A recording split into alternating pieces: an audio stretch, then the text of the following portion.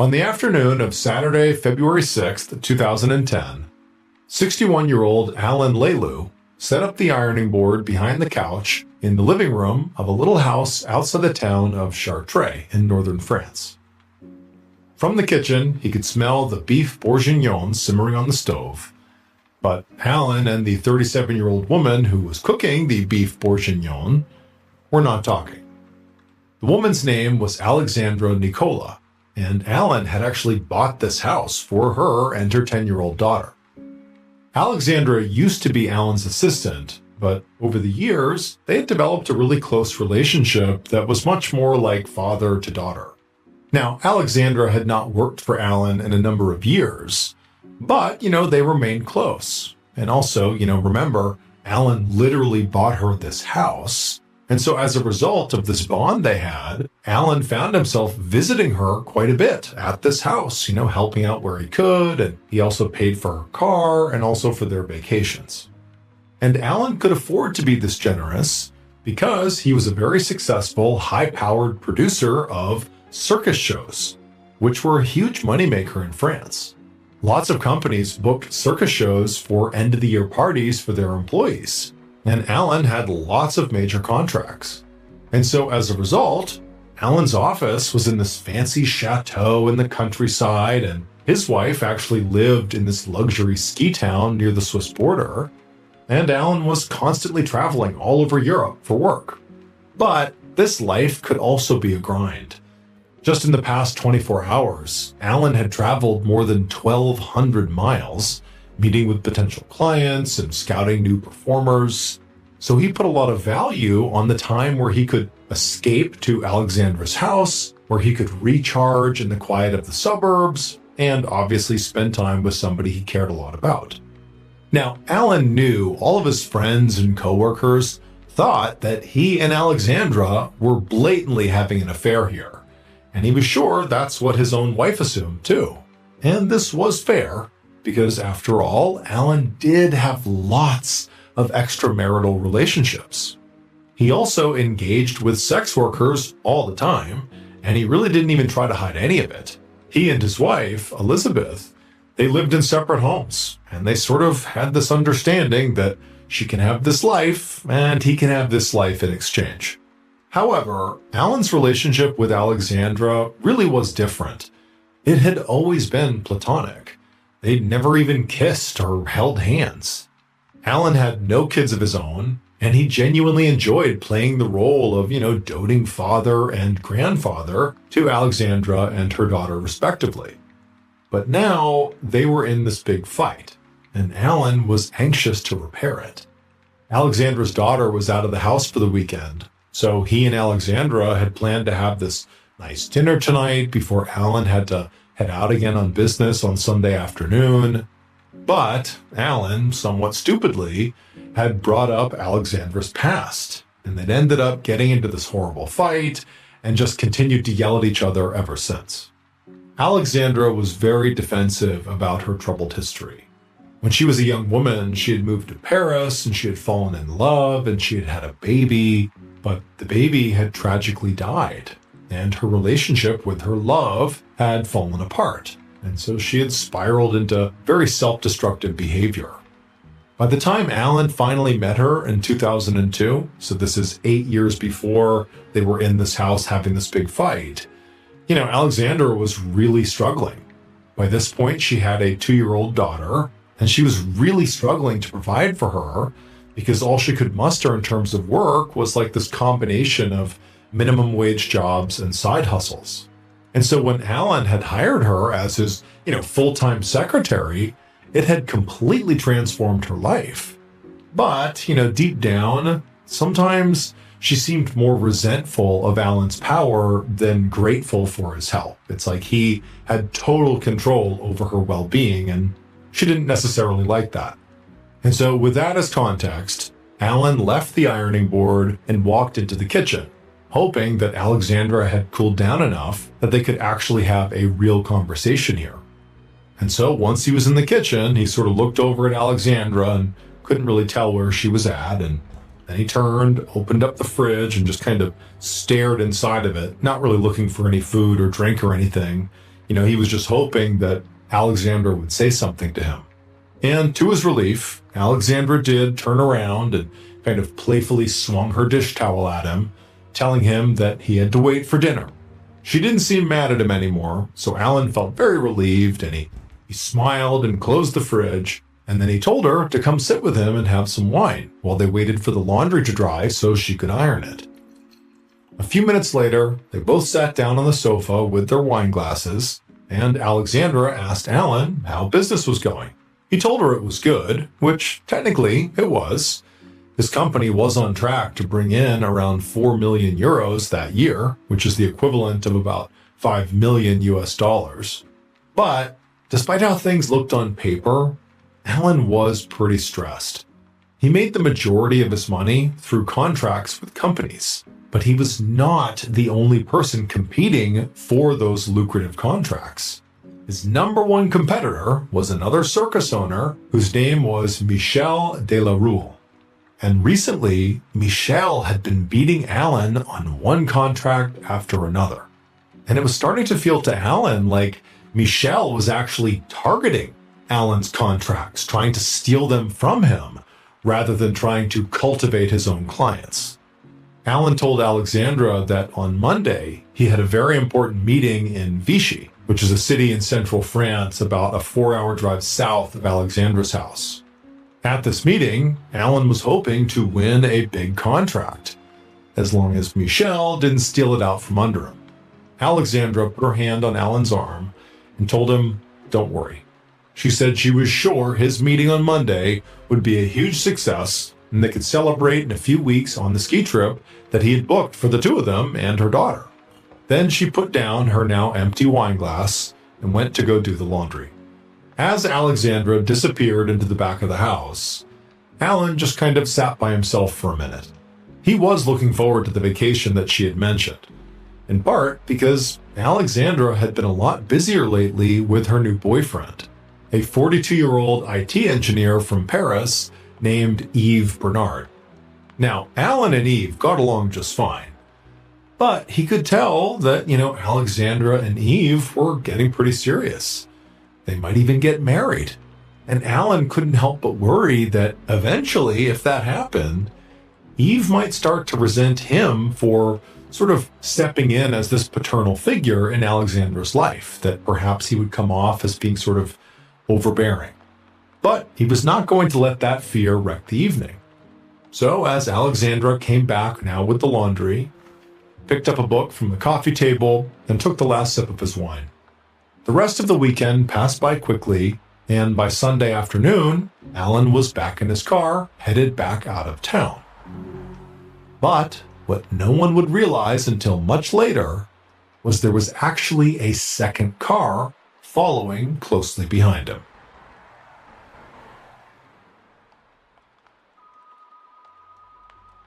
The following day, on the morning of Monday, February 8th, Alan Lelou's wife, Elizabeth, was drinking a coffee inside her home in the mountains when her phone rang.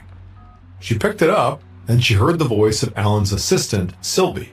And Sylvie sounded very worried, and she said she was calling to see if Elizabeth had heard from her husband recently. And this was pretty strange, because Alan was not the type of person to just disappear from work without telling his secretary. So Elizabeth told Sylvie that no, she hadn't heard from Alan in a few days. And then she asked Sylvie, why? What's going on here? And as Elizabeth listened to Sylvie's answer, she felt herself growing really nervous. Because apparently, Alan had this very important meeting in Vichy that morning, but he had not shown up for it. In fact, he'd never even checked into the hotel in Vichy where he was supposed to be staying.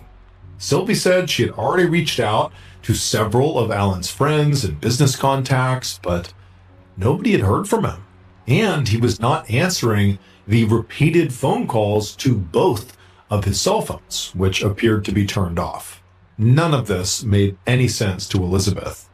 Alan was famous for spending entire days on his various phones. She couldn't even recall a time when he'd been unreachable, even briefly.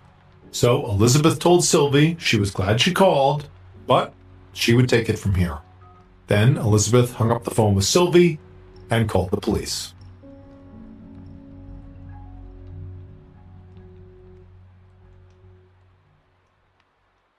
Hey guys, I have some pretty big news. I know many of you are excited to hear. I am going to be doing another live storytelling tour this year. You can find me in a bunch of cities, including new ones on the West Coast and across the United States, where I have never played before. Plus, I'm really excited to share that I will also be performing in an international city, since so many of you have been asking me to visit. We put together an absolutely amazing show with a whole bunch of awesome stories, including stories you will not hear anywhere else. New content you can only get if you come to this show. And guess what? Tickets for this tour are available right now at tour.ballinstudios.com.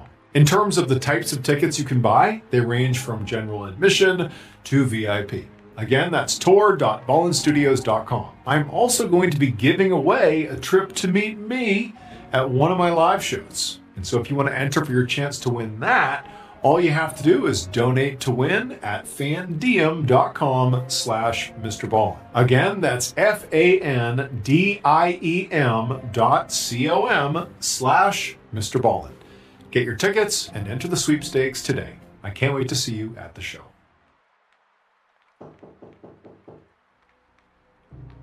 A week and a half later, on February 19th, a young police officer knocked on the front door of a little house outside the town of Chartres in northern France.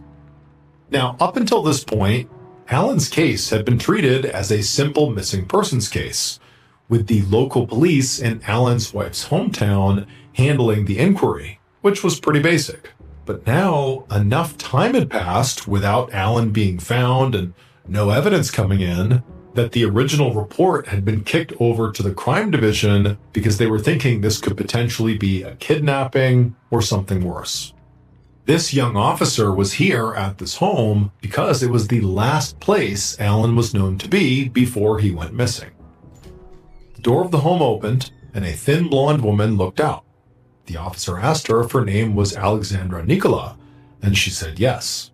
When he explained to her why he was there, Alexandra looked immediately concerned and invited him inside. And as she led him into her living room and offered him a seat on her couch, the officer looked around, taking stock of the space. It was clean, but a bit cluttered, with toys that appeared to belong to a young girl scattered about. The officer scanned for any signs of a physical fight or violence of some kind, like damage to the walls or the furniture, but there was nothing that stood out, nothing concerning. Alexandra began asking the officer pretty anxiously all these questions about, what was going on with Alan. Was he hurt? Was he in some kind of danger? Like, what do you know? But the young officer just shook his head and said, for now, they really didn't know much. He was just here to try to build a timeline of Alan's last known movements. And so speaking of that, he asked Alexandra to please walk him through what she remembered about her last interaction with Alan. The officer took careful notes as Alexandra began to rattle off all the details she could remember. She said that Alan was like a surrogate father to her, and he had come over on the evening of Friday, February 5th. He had been there on Friday, also on Saturday and Sunday, and then he had taken off on that Sunday because he had to go to Vichy for this big meeting on Monday. She told the officer that after he left for that meeting, she hadn't heard from him, but that was pretty typical. She said their relationship was not remotely romantic. It really was platonic. And, he didn't always check in the way, a spouse would. This is more like really close friends. The officer nodded while he wrote down what she said. Alexandra seemed very helpful and appropriately worried, but he was suspicious of the idea that she and Alan were not romantically involved at all. So, before he left, he asked to see the rest of her house, in part just to see what her reaction would be. If she said no or got defensive, he would probe a bit more deeply. But she immediately agreed, and she actually took him all around the house, showing him anywhere he wanted to go. And what he found is the rest of the house seemed just as normal as the living room and the entryway. She eventually brought the officer back to the door and promised him she would call if Alan reached out.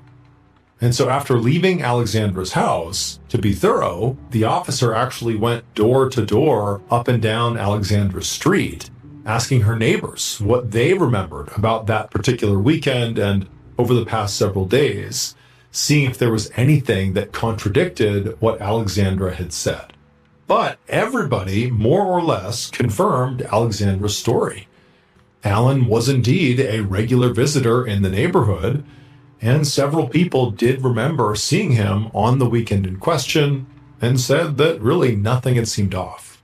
So eventually, the officer just left and went back to the station, and when he got there, he wrote a report highlighting Alan's last known destination of Vichy. Over the next week, police in Vichy, as well as in the ski town where Alan's wife lived, followed up on the loose threads of the investigation.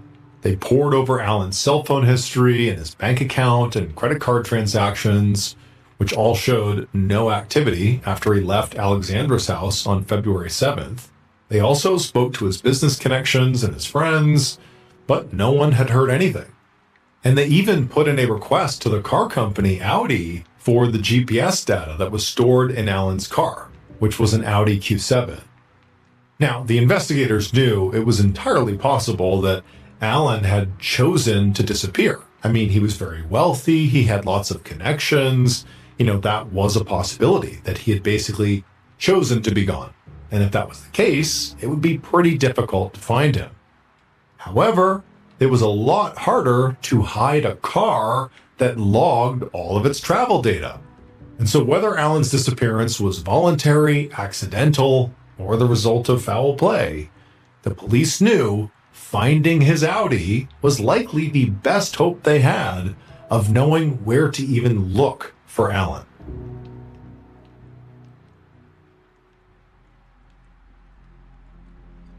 On February 26, 2010, so 19 days since Alan was reported missing, a detective named Pierre Martin stood in a secure impound lot in the city of Orléans, France, looking at Alan's gray Audi Q7.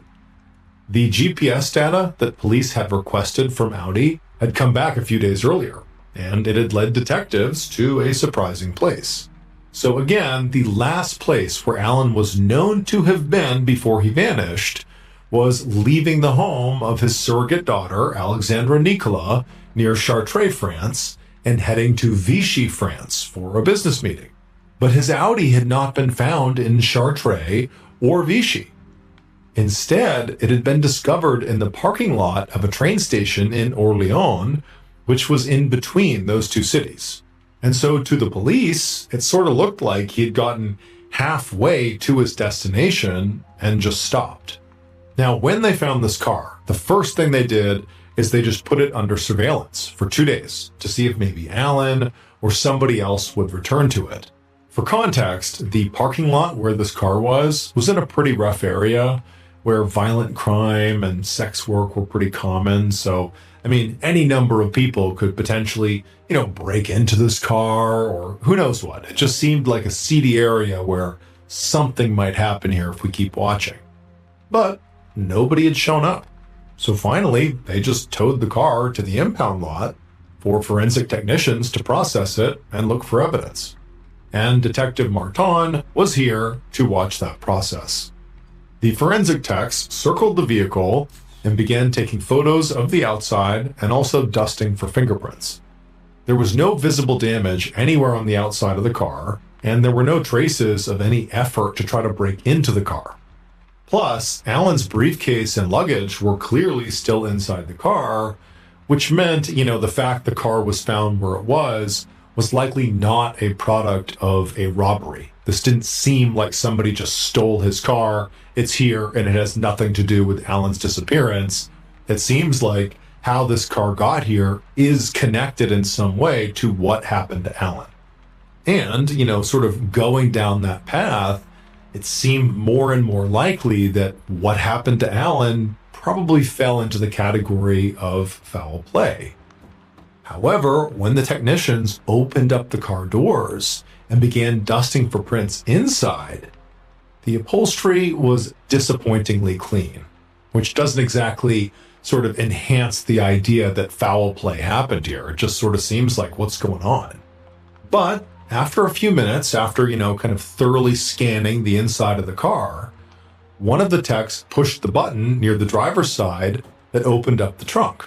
And then after it was open, Detective Martin walked around to the back to look inside and see what was in there. And what he saw was this bulky object wrapped in a pink sheet. And right away, Martin had this sinking feeling in his chest as one of the techs reached forward with a gloved hand and pulled the sheet back. And pretty much immediately, Martin's suspicions were confirmed. Underneath that pink sheet was a body, a man's body, fully clothed and curled in the fetal position. There was no doubt this was Alan Lelu. But there was no visible blood or wounds or bruises anywhere on his body, and there was no blood in the trunk. When Detective Martin reached in to try to move Alan's body to further examine him, he found his body was already incredibly rigid with rigor mortis. The coroner told Martin that she would hopefully have some answers for him after she did the autopsy. The weather over the past few weeks had been pretty cold, which was good for evidence collection because it basically meant the trunk had sort of acted like a refrigerator and preserved Alan's soft tissue. As the coroner wheeled the body away, Martin just stood there staring at the now empty trunk. He had no theories about when or why or even how Alan had died. All he knew was that this was now officially a murder investigation.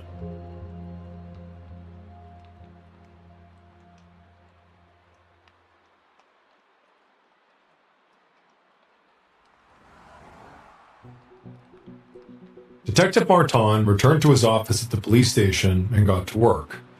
Since Alan's body was found, spoke. Ingram and his partner were shocked. Basically, Laverne had overheard effectively a confession, and the details of that confession did seem to line up with what they had heard so far. Tanya had been seen out late at night with some man, although nobody could really describe the man. And also, where her body was found, it was near the scenic overlook, something that was, publicly known, but still, that's what Laverne heard John say.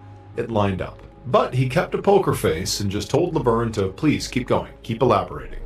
And so Laverne, she continued speaking, and she went on to say that the reason she didn't come forward right away was because she was scared of John. He was a violent alcoholic who abused her, which is also part of the reason why this seemed real to her. She was totally not shocked at the idea that maybe John killed someone, but she was basically fearful that he might kill her too. And so she had kept it to herself until she had seen the article in the paper and also saw the picture of the girl, and she just looked so young and innocent, and she just couldn't help but feel like she owed it to that girl to come forward. Now, at this point, Ingram's mind was whirling. If this was all true, it was huge for this case. Potentially, this just solved the whole murder. This is what happened potentially.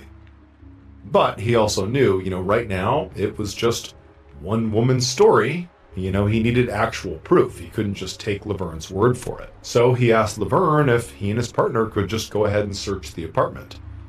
And as soon as Laverne nodded, the detectives jumped to their feet and got to work. Laverne led the detectives down the hallway to the master bedroom, and then from there she backed off and just, let the men get to work.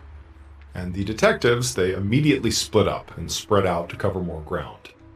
Ingram had actually brought along a list of stuff that they were theoretically looking for. And one of the things on his list was a swatch of denim from the front buttons of Tanya's jeans. It had been missing when they found her, like it had been intentionally cut out, which was obviously pretty unusual. And it made him think that Tanya's killer had taken a trophy or something. But after a few minutes of searching around the bedroom, Ingram did not see this denim patch. In fact, he actually didn't see anything at first glance that connected John to Tanya.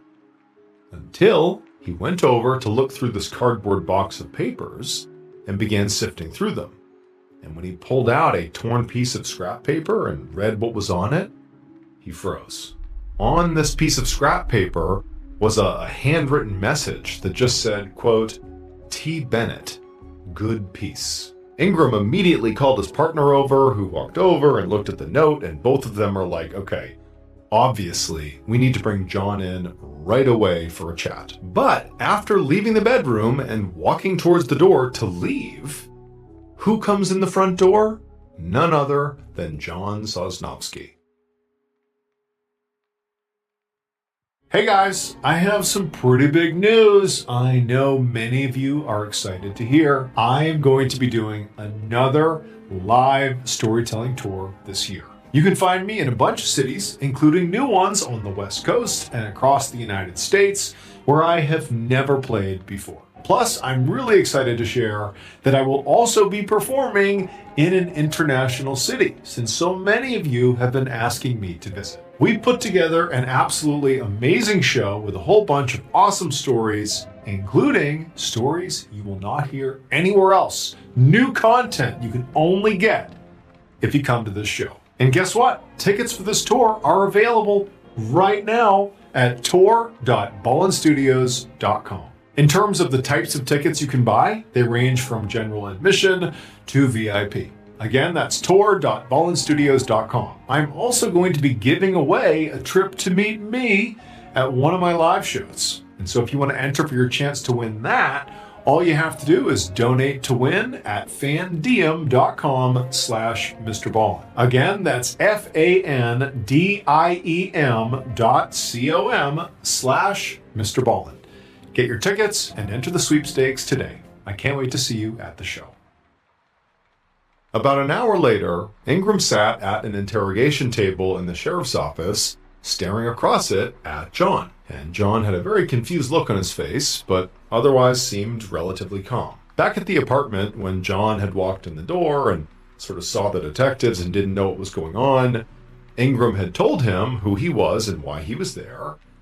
And John had really just seemed surprised, but had quickly agreed to go with them to the station if they wanted to speak to him. But Ingram knew from experience that, just because John was acting very cooperative did not mean he was innocent. Now, Ingram slid a picture of Tanya across the table and asked John if he knew who she was or had anything to do with her murder. And John didn't deny it or act horrified or offended to be asked.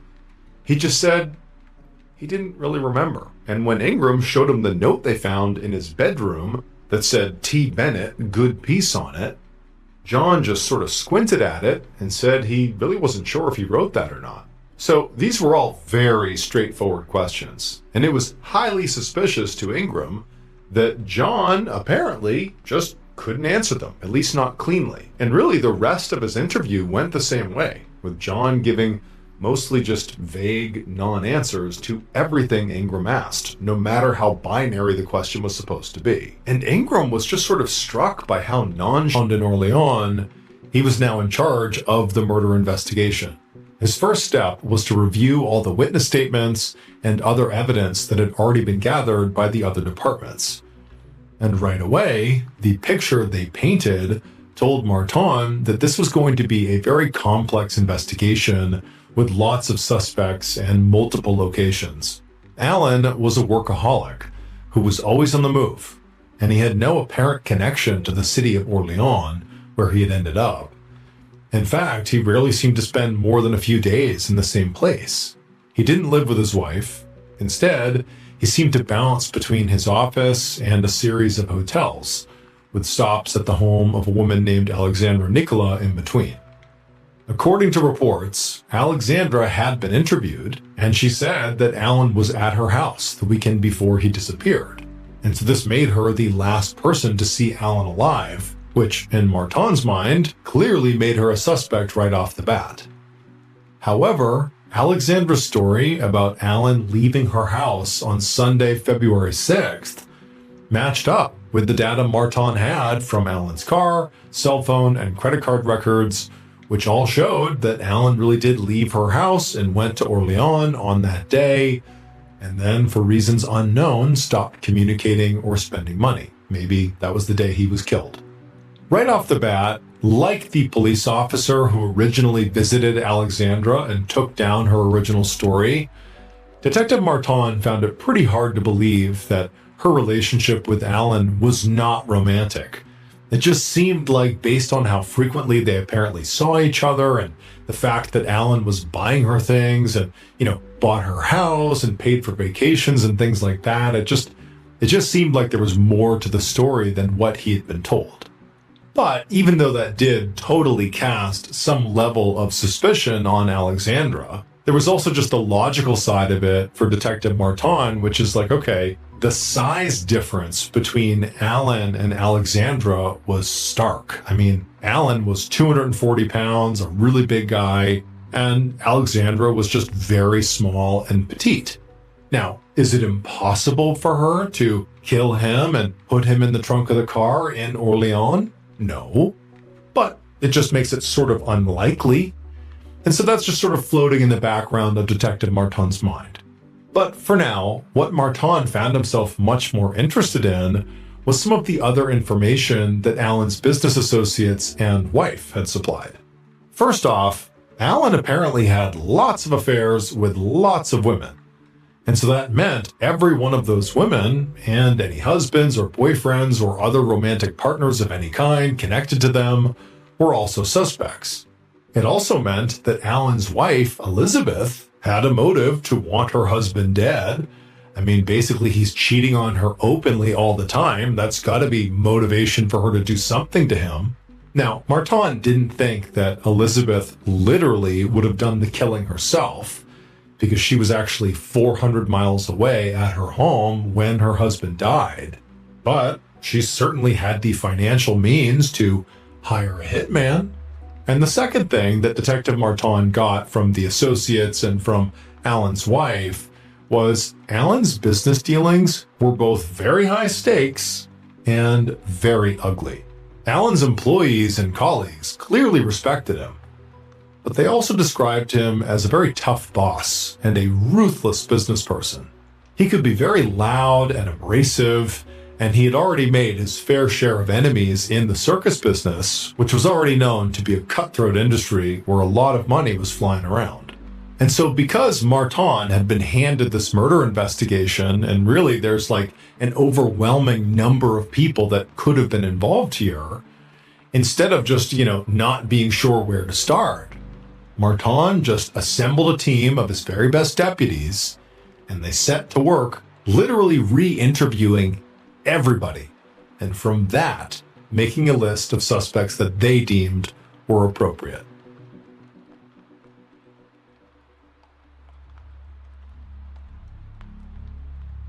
Three weeks later, on March 17th, Detective Martin walked into an interrogation room in the Orleans police station, and he sat down across from a relatively fit-looking 50-year-old man who was waiting for him quietly and apparently very calmly. The man's name was Michel de la Rue, and he was Alan's biggest rival in the circus business. He was also, at this very moment, Detective Martin's number one suspect in this murder. Martin and his team had spent the last few weeks conducting dozens and dozens of interviews, and Michel's name had come up more times than anybody else's. And this was because, immediately after Alan disappeared, Michel had begun contacting Alan's clients, trying to get them to all sign new contracts with him, sort of a pretty cutthroat and cold thing to do. And Detective Martin had done the math on these contracts Michel was going for, and they added up to the equivalent of millions of dollars, which in the detective's mind was a very compelling motive for murder. Maybe Michel killed this guy specifically to gobble up these contracts. And not only that, but the coroner had by this point come back with Alan's cause of death. He had been strangled using some kind of ligature, like a rope or a belt, and it likely took between 5 and maybe 10 minutes for Alan to actually be strangled to death. So, like, the idea is someone's actively strangling him for that long. That is a long time to be right there on top of somebody, killing someone. And then the scratches that were found on Alan's legs suggested that his body had been lifted into the trunk after he was already dead. So the death struggle, the actual strangling, clearly took place outside of the trunk. And so all that meant, whoever killed Alan had to be pretty strong. And looking at Michel now, Detective Martin thought that he did fit the description. He seemed like a pretty fit, strong guy. However, as Martin began asking Michel questions and watching his face and body language for signs of anxiety or defensiveness that could suggest he was hiding something, what he found was Michel seemed pretty open and very straightforward, like he was not hiding a thing. Michel immediately acknowledged poaching Alan's clients, but he just shrugged as he explained it. That was business. He said he was sure if somehow the positions were reversed, Alan would do the same thing to him. And also, he said he had an airtight alibi. On the weekend, when the coroner believed Alan had been killed, Michel had been hundreds of miles away skiing. And then Michel produced this folder full of these receipts and all these phone numbers, and he handed it over to Martin, who took it, and he told Michel, okay, sit tight. And then the detective got up and he left the interrogation room and he handed over this folder to another detective to check out. But after that, Detective Martin did not go back into the interrogation room. Instead, he grabbed another detective and told them to take a shot. The idea was to sort of have a good cop, bad cop sort of dynamic to see if maybe that would rattle Michel. And so Detective Martin watched from behind the two-way mirror as the next detective walked inside and took a stab at, breaking Michel. But their conversation basically played out the same way that Martin's had. So Martin signaled for another detective to go in there and have them take a shot. But they too had a sort of run-of-the-mill conversation with Michel, and they didn't make any progress. And then finally, after basically hours of cycling different detectives into the room to try to catch Michel in a lie, Detective Martin felt a tap on his shoulder. And when he turned around, it was one of his deputies who told Martin that, unfortunately, he had called all the people that Michel had given them information for, all the witnesses from the ski resort, and he had also even called the manager of the ski lodge. And basically, Michel's alibi checked out. He clearly had not been physically able to kill Alan. He was at that ski resort at the time of the murder. At this point, Martin knew he could not just keep Michel indefinitely and just keep trying to catch him in a lie. Even if there was some possibility here that he was involved in this murder, at this point, there just wasn't enough evidence. And so he had to let Michel go.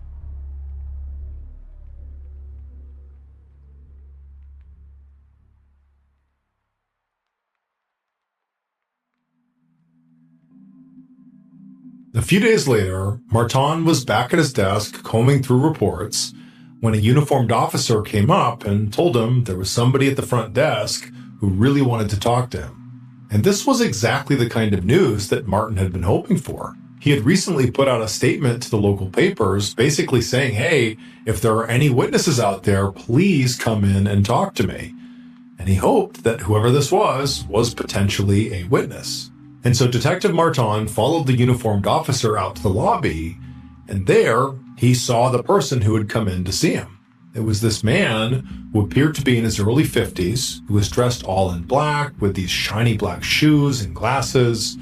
And Martin wondered if maybe this was a business contact of Alan's. And as he went up to shake the man's hand, he sort of felt himself getting excited. But then this man introduced himself, and when he did, Martin had to resist the urge to just turn around and walk away right there. Because the man said his name was Remy Saint-Touren, and he was a professional psychic. Martin did not believe in psychics, and he was annoyed with the police officer for even bringing him out here to meet this person.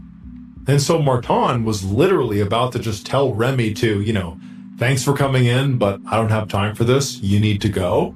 But then he thought better of it, because Martin was really having no luck with this case. There had been very little forensic evidence recovered from Alan's car. There were no usable fingerprints, and while the bedsheet Alan's body was wrapped in did have some DNA on it, it didn't match anything in their system. And then the business leads that Martin had been pretty excited about hadn't panned out either. And he'd found no evidence that anyone in either Alan's personal or business circles took out a paid hit on him. Martin's team had also spoken at length to Alan's surrogate daughter, Alexandra, and all the women he was having affairs with, and all the sex workers he had engaged with, and none of them, nor any of their boyfriends or husbands or partners, made sense as the killer. So, out of a mixture of a little curiosity and a lot of desperation, Martin brought Remy the psychic back to an interrogation room and asked him what he thought. Remy explained that he had heard a news bulletin about Alan while he was driving, and when he heard it, he had a vision that was so vivid that he actually had to pull over. He said he saw Alan Lilu as clear as day in this physical struggle with a woman. Remy didn't know her name, and he couldn't describe her, but he was certain that a woman was somehow involved in Alan's murder. Martin was disappointed because, unsurprisingly, this just sort of felt like a generic stab in the dark by somebody parading around as a psychic who could see things that nobody else could. It just seemed like he threw this random generic thing out there as if it was some big revelation, and it just didn't feel like it was. But Remy wasn't done. He went on to say he was sure that Alan was not killed in Orleans, even though that's where his body had been found. He said Alan's body had been taken away from the murder scene and actually placed in the trunk after he was dead. And this caught Martin's attention, because the coroner had been certain that Alan was strangled in one place and then placed into the trunk afterwards for transportation. But, critically, the police had not released that information to the press, specifically because they wanted to be able to weed out fake tips. And so for Remy to say that, how would he have access to that? Now, Martin knew this could have just been a lucky guess by Remy, but it just seemed so, on the nose that he began considering what else Remy had said. This idea that, okay, Alan was struggling with this woman. That was something that, Martin had not really considered. He'd sort of ruled most women out as the potential suspect because of how big Alan had been and how physical this murder had to have been. So it just seemed more likely that a big, strong man was responsible for the killing. But now, Martin wasn't so sure. And suddenly it seemed entirely possible that, maybe a woman really did do this. And so eventually, Detective Martin thanked Remy for coming in and sharing his ideas about the case. And then after walking him out of the station, Detective Martin sped back to his desk. Because Martin had an idea. Lots of people in Alan's life had told the police investigating his murder that Alan had had lots of extramarital affairs. Now, Detective Martin and his team had spoken to all the women they could possibly find who had had these affairs with Alan, and basically all of them had been ruled out. However, now, after talking with Remy the psychic, something about the location where Alan's body was found was jumping out at Detective Martin. The part of Orleans where Alan's car had been parked was pretty sketchy, it was crime-ridden, and critically, it was known for being a hotbed for sex work. Now, Martin already knew, clearly, that Alan engaged with sex workers. It just seemed like that was one of the things that he did, and they spoke to numerous sex workers and ruled them out as being suspects, and so for the most part, sex workers were not really on Detective Martin's radar as, primary suspect pool. However, now with fresh eyes, he was thinking, maybe the reason Alan was in Orleans was because he was there to meet a sex worker, and while he was there, something went wrong, and it resulted in his death. So, Detective Martin spent the next few days absolutely scouring Alan's laptop. Now, the forensic techs had already been through it once, looking at all of Alan's emails and business records, but Martin was looking at something different. He was using the laptop to search through all the websites where Alan had found sex workers to go visit. Basically, what he was doing is making a true exhaustive list of every single sex worker he had ever really engaged with. So this is an even bigger list than they had before. There were dozens of names and profiles to sift through, and as Martin found them, he would send members of his team out to speak to all the women he possibly could. But as he was doing this, Detective Martin discovered that really none of these sex workers that Alan was engaging with had any connection to Orleans, and they also did not appear to have any real issues with Alan himself, at least based on the messages that were on his laptop. However, as Detective Martin dug deeper and deeper into this laptop, going further and further back in time, he eventually came to one new profile, this woman named Marie Eve.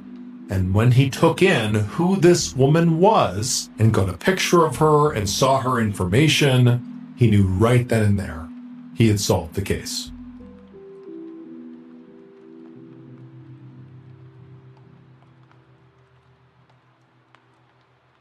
Based on the entire police investigation as well as a confession from the killer, the following is a reconstruction of what police believe happened to Alan Leloup on the day he was murdered.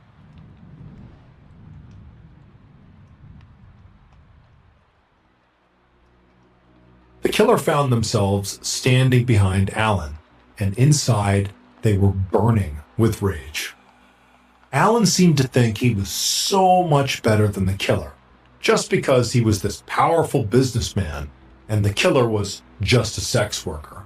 And the killer had tolerated Alan's behavior because, Alan had money. But now, Alan had pushed it too far, and the killer felt like they had to shut him up for good. Alan's belt lay nearby, and impulsively, the killer grabbed it and lunged forward and looped the belt around Alan's throat. And at first, Alan struggled. He reached up, he's trying to pull the belt off, he has no idea what's happening, but the killer just held on tight. And for several minutes, there's this unbelievable death struggle going on. And Alan, he's fighting. He's a big guy, and he's getting close to pulling this thing off. But then something sort of unbelievable happened. The killer had sort of braced themselves against an object behind them. And so their back is up against it, and they're pulling as hard as they can with this belt against Alan's throat. And as they're leaning back, the object they're up against suddenly broke.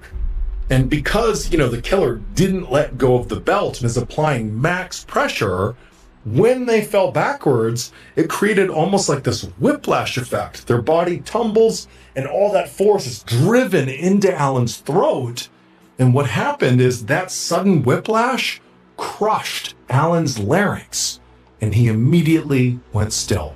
And so just for good measure, the killer held on for a couple more minutes, pulling as tightly as they could across his throat, really ensuring that Alan was dead.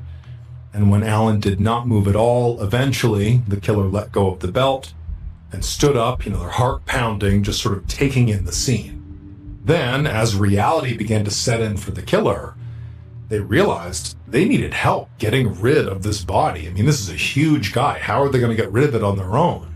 So the killer called their accomplice. And the accomplice was hundreds of miles away in a ski resort, but they immediately told the killer to wait and they would drive to them. Sure enough, the next day, the accomplice arrived and they helped the killer load Alan's body into the trunk of Alan's car. Then the killer climbed into Alan's car and drove it to the train station in Orleans.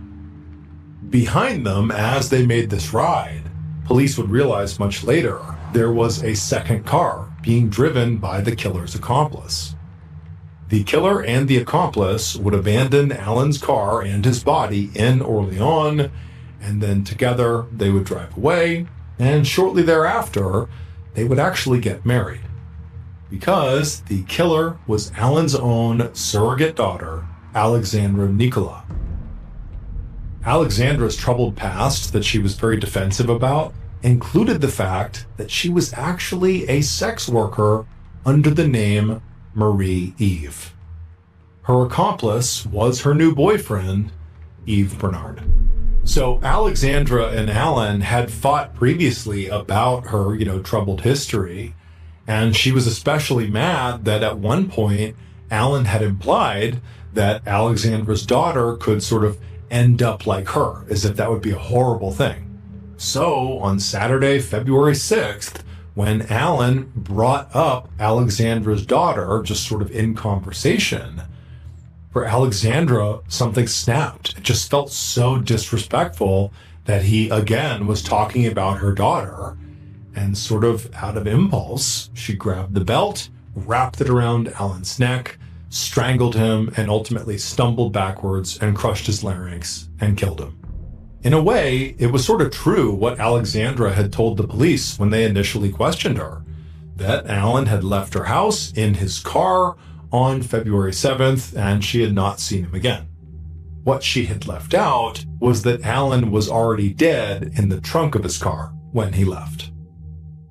Alexandra Nicola confessed to the murder of Alan Leloup and was sentenced to 15 years in prison. Her boyfriend, Yves Bernard, was sentenced to 2 years for concealment of a dead body. The couple has since been released, and together they have a child who was born before Alexandra went to prison.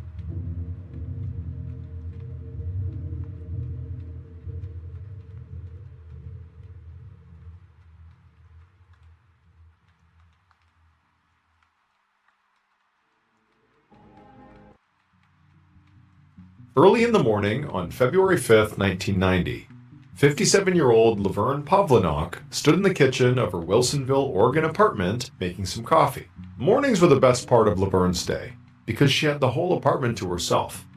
Now, she lived with her boyfriend, John Sosnovsky, but he worked at a nearby mill and had to be out early in order to catch the bus there. And each time he left, Laverne felt like a huge weight lifted off of her. Because when John wasn't home, Laverne could go about her day and pretend she was safe. But that's all it was pretend.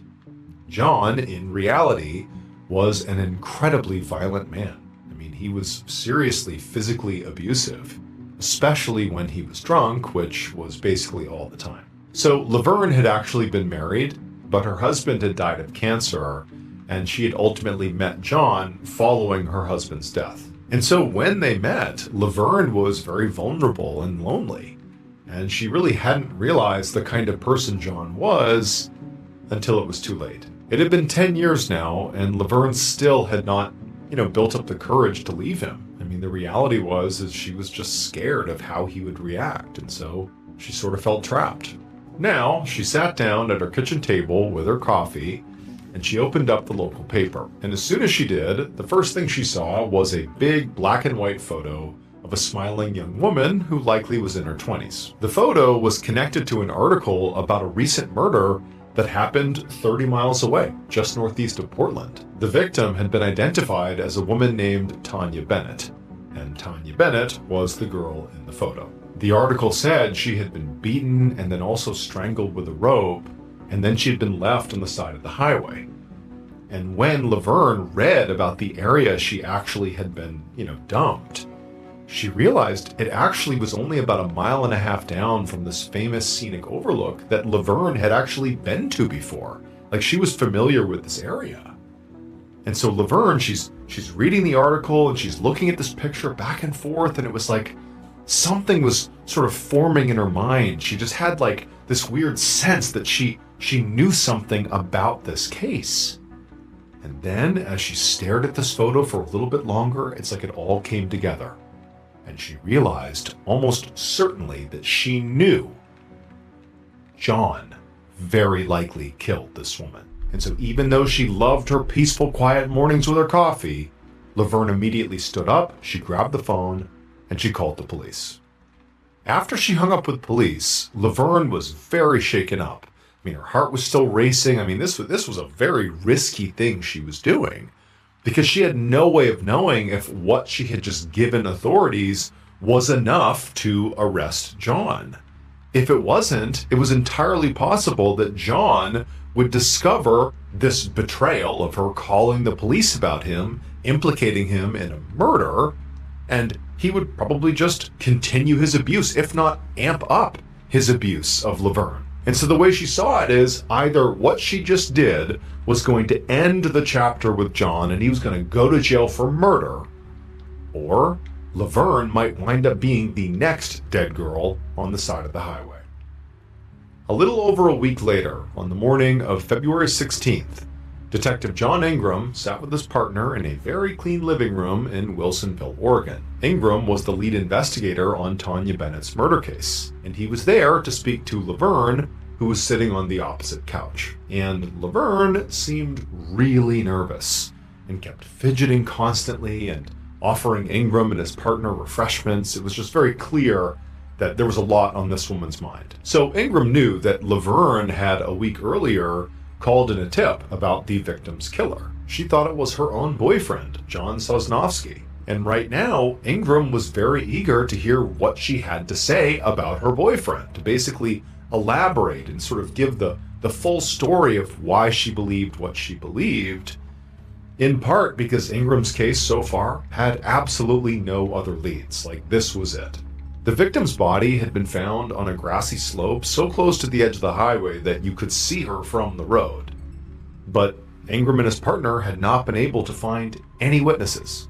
A few people had claimed to have seen Tanya along with some man at a bar earlier in the night before she went missing, but no one had been able to effectively describe that man. It was just some guy she was with. And so Ingram and his partner had basically talked to just about anyone they could think of that might have known Tanya.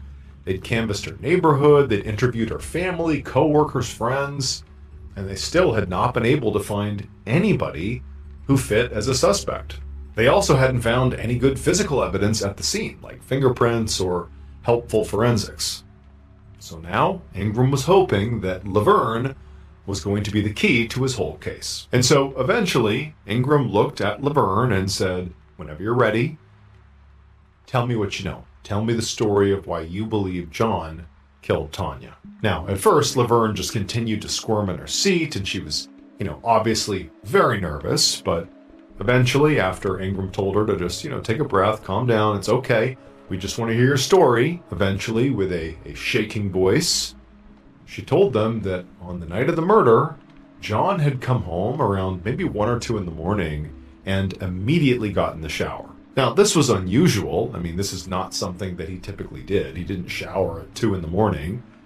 But Laverne really hadn't thought much of it until the next day when they went to a local bar, and she'd literally overheard John bragging to somebody about murdering Tanya, describing how he had picked her up at a truck stop, killed her, then took her to the highway by Columbia River Gorge to dump her body by this scenic overlook. As Laverne's chalant, John seemed whenever he responded, even though, he was being questioned about his connection to a murder.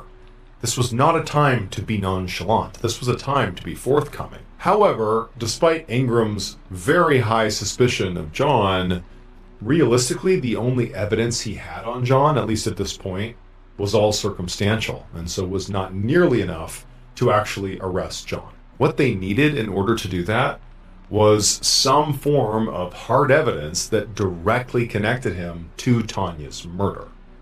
So ultimately, at the end of this interview, despite how weird the whole thing had been, Ingram just sighed and told John that for now, he could go. 4 days later, Ingram had just gotten to his office for the morning when his desk phone rang. He picked up and was surprised to hear Laverne's voice on the other end. But before he could ask her what this was about, Laverne told him she had found something in her car that morning and felt like he needed to see it. And when she told him what this thing was, Ingram said he would be right over.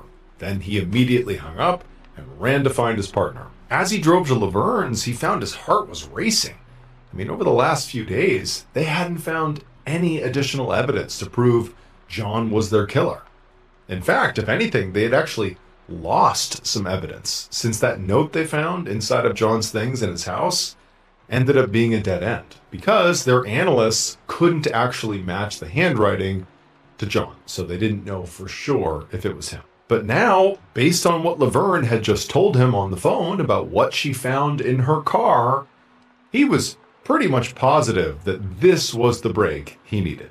Within the hour, Ingram and his partner were standing in Laverne's garage with Laverne staring into the open trunk of her car. Laverne had told Ingram that she kept her car and really her whole life very, very clean. Like her apartment's clean, everything's clean all the time. And when she went into her car that day, she noticed there was a little swatch of denim sitting in the trunk. And she knew that she had not put it there, and considering she was sort of on high alert about John and about his connection to this murder, it just seemed like something worth flagging to police. And for Ingram and his partner, as they're staring into the trunk at this little swatch of denim that looks very much like the swatch of denim they were secretly looking for, they had not publicly revealed that the killer had taken a little swatch of denim from Tanya's jeans. That was private. They're looking at this thinking, oh my goodness, like this is the break we needed. Clearly, that's the denim from Tanya's jeans. And so Laverne was right to call this in. This is potentially huge. Now, obviously, Ingram knew that they would still have to get this denim tested to make sure it really was Tanya's. I mean, it's entirely possible that it was actually Laverne's or John's or was unrelated, but circumstantially, this felt like hitting the jackpot. And so Ingram watched as his partner picked up the swatch, put it into an evidence bag, and then they left and said they would have it tested and they would be in touch. The following morning, Ingram was at his desk reviewing all the evidence that they had so far. And by this point, they had a lot of evidence. The previous night, after finding the denim, they had brought John in for a polygraph test, and he had completely failed it. The test administrator had even noted that, in his opinion, John definitely knew what had happened to Tanya. So now, realistically, Ingram was just sort of waiting on confirmation that that fabric was a match. And then at that point, they could go and arrest John. And when Ingram's phone rang, he picked it up immediately, and it was the lab. So Ingram sat up straight, ready for some good news, but the tech on the other line sounded sort of glum, and he told Ingram that the denim from Laverne's car did not match the jeans that Tanya was wearing, so it was not hers. And at this, Ingram was just completely stunned. I mean, the idea that they had just found the same unique cut of denim in a car in their main suspect's house could not be a coincidence. I mean, it was not typical for people to have little swatches of denim lying around. Like, this is not something that you just happen to have. It felt sort of specific. And so there just had to be more to this than met the eye. And even though Ingram tried to work out some kind of reasonable explanation for why that swatch was there, the only thing that actually made sense was that the fake denim was planted there. And so feeling a mix of, again, shock, but also just frustration here. I mean, he thought he was so close to solving this thing, and now he was sort of back to square one. Ingram realized that the next stop had to be Laverne's. He needed to go speak to her again. Later that morning, Ingram and his partner were once again back in Laverne's living room with a very nervous-looking Laverne sitting across from them. This time, Ingram was going to be a little tougher on her, because he now knew that, whatever she had told him before very likely was not the full story. And as soon as Ingram asked Laverne point blank if she had planted that evidence, that denim inside of her car, Laverne just kind of looked back at him and her face began to sort of quiver, and then she just started sobbing. And she told them she was so sorry. She explained that she had cut up some jeans and put that front button part in her car and pretended to have found it so that they'd be able to arrest John. She said she had just gotten so worried when they let him go after interviewing him because she knew John killed Tanya. He had to have. She heard him talk about it. Like, he did it and he's dangerous. And she just wanted to make sure the police held him accountable. Now, when Ingram heard this, he could hear, the earnestness in her voice. Clearly this woman is scared of John and thinks he did this. She believes he did this. And so he wanted to believe her angle here, as inappropriate as planting evidence was. But, critically, he knew Laverne still was definitely not telling him everything, because There was simply no way she could have known to plant that unique cut of the jeans unless she had intimate knowledge of the crime or some other inside information. But there was just something missing here. Why would she randomly choose that front cut of denim as just the evidence? Oh, here's some evidence that's going to make John look guilty. Why would she choose that? That's way too on the nose. And when he pointed this out to Laverne, it was like Laverne's energy completely shifted, from sobbing and sadness and remorse to just pure hesitation. Like she didn't really know how to react, but there wasn't any more sadness. It was like, uh-oh, something's off here. And then Laverne kind of took a deep breath and she looked at Ingram and she said, I was lying. You're right. My story about planting the evidence, that was a lie. But she went on to say that the reason she had lied was because she had ultimately been too afraid that if the police knew the whole story, that she would get in trouble too. Then Laverne explained what really happened to Tanya. On the night that Tanya was murdered, Laverne said John called her that night and he was sort of frantic. And he said to her that he was in trouble and that she needed to meet him at the bar that he was at and to bring along a shower curtain. And so Laverne said, because she was very scared of John and, was just fearful of asking any questions, she had just done what he said. And she got the shower curtain and she had driven out there and she found John in a parking lot standing over a body. It was Tanya.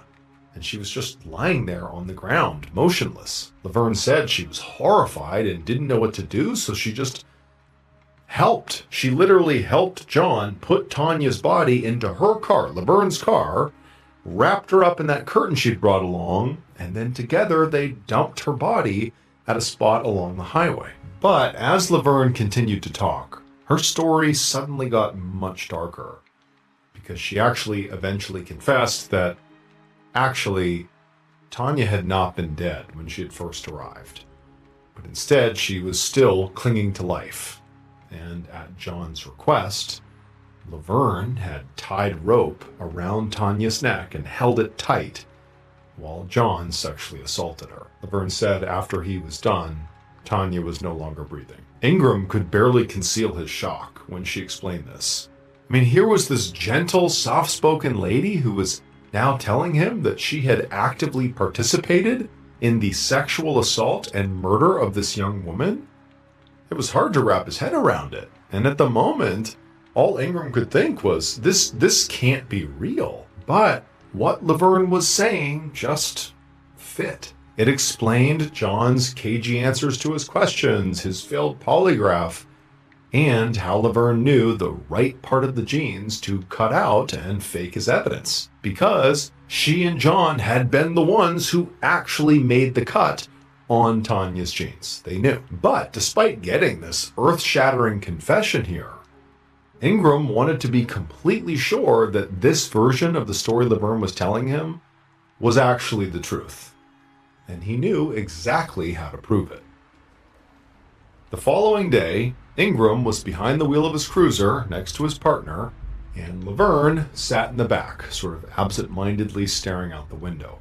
They were driving down the highway northeast of Portland, and Ingram had instructed Laverne to let him know when they reached the spot where they dumped Tanya's body. Now, the newspapers had published the general location of where the body had been found, but certainly not specifics. So Ingram knew that if Laverne could point out the exact spot, well, that meant she was telling the truth.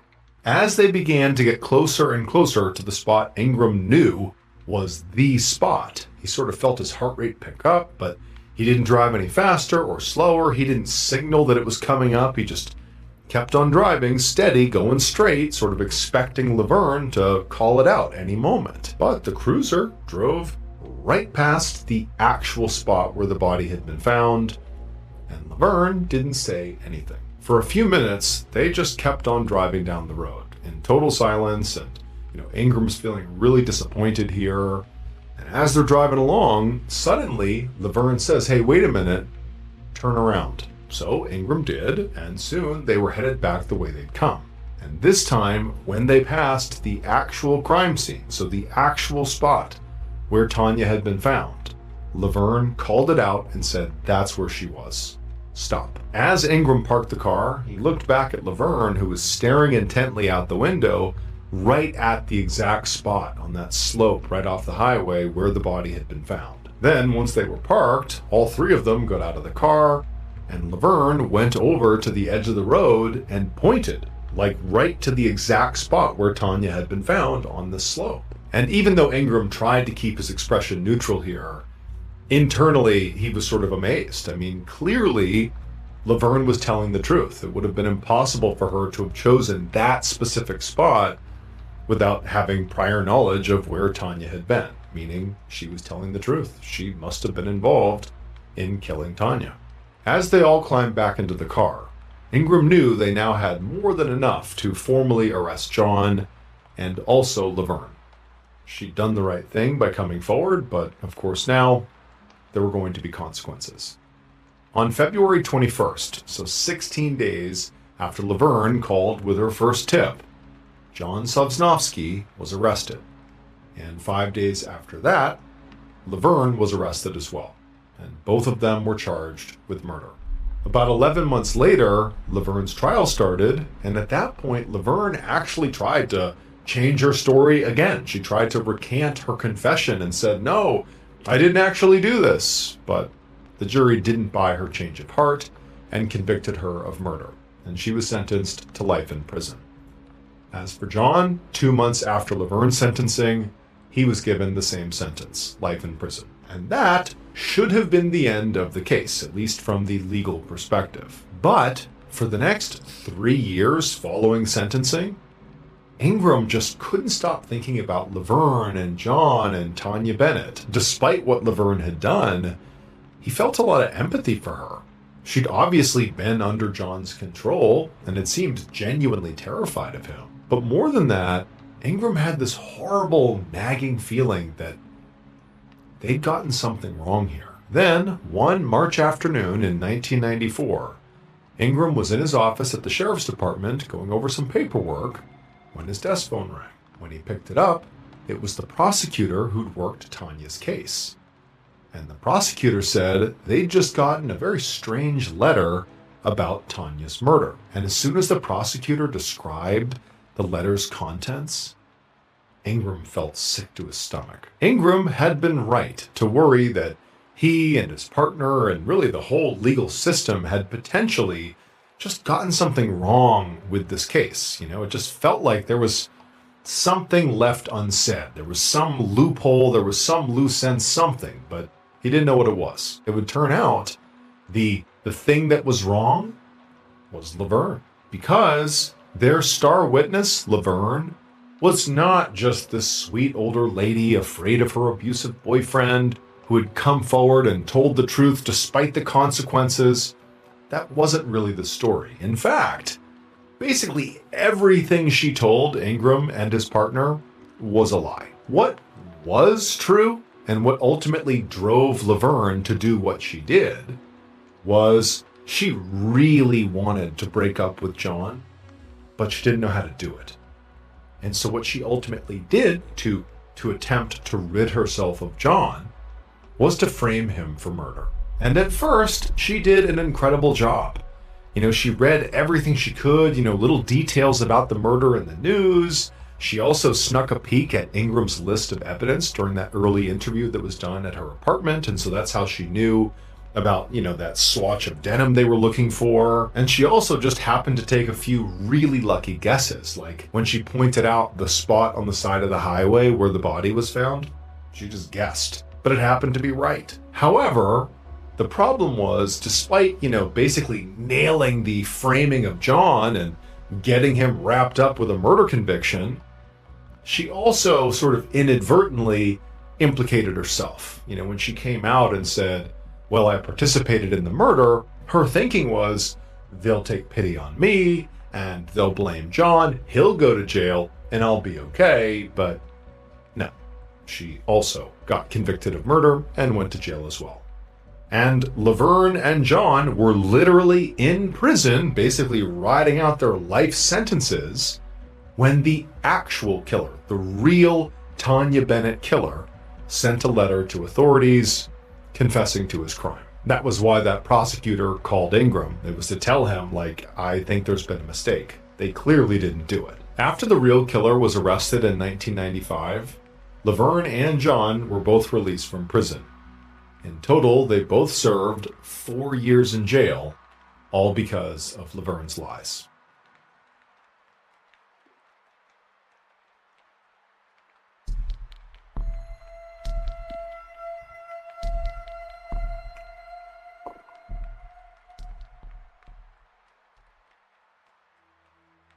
One morning in early November of 2023, a 71-year-old woman named Patrice Miller stood in front of her fridge in her little home in the rural town of Downeyville, California.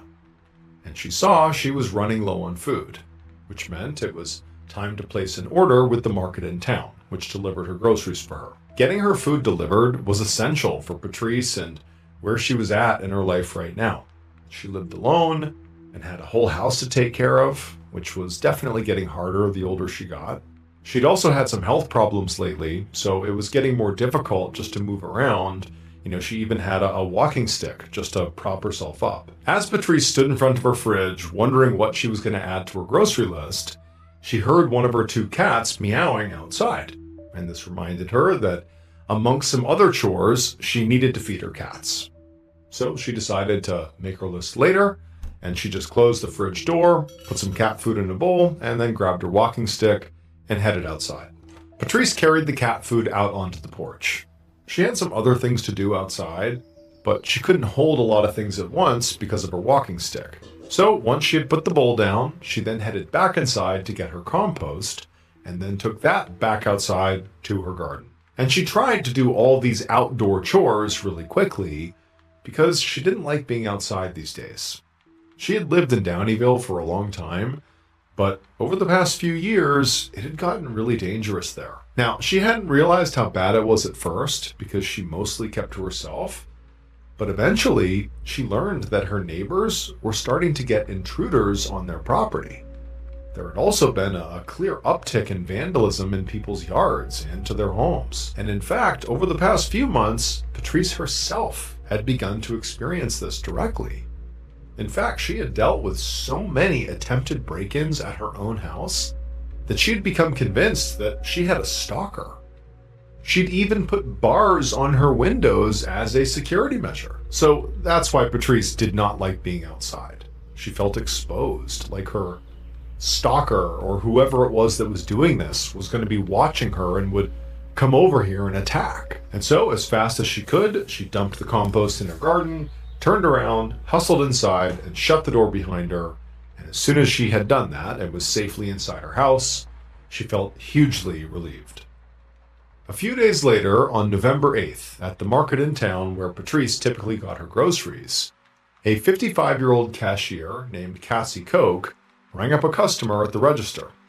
But as she bagged their purchases, her mind was elsewhere. She was thinking about Patrice.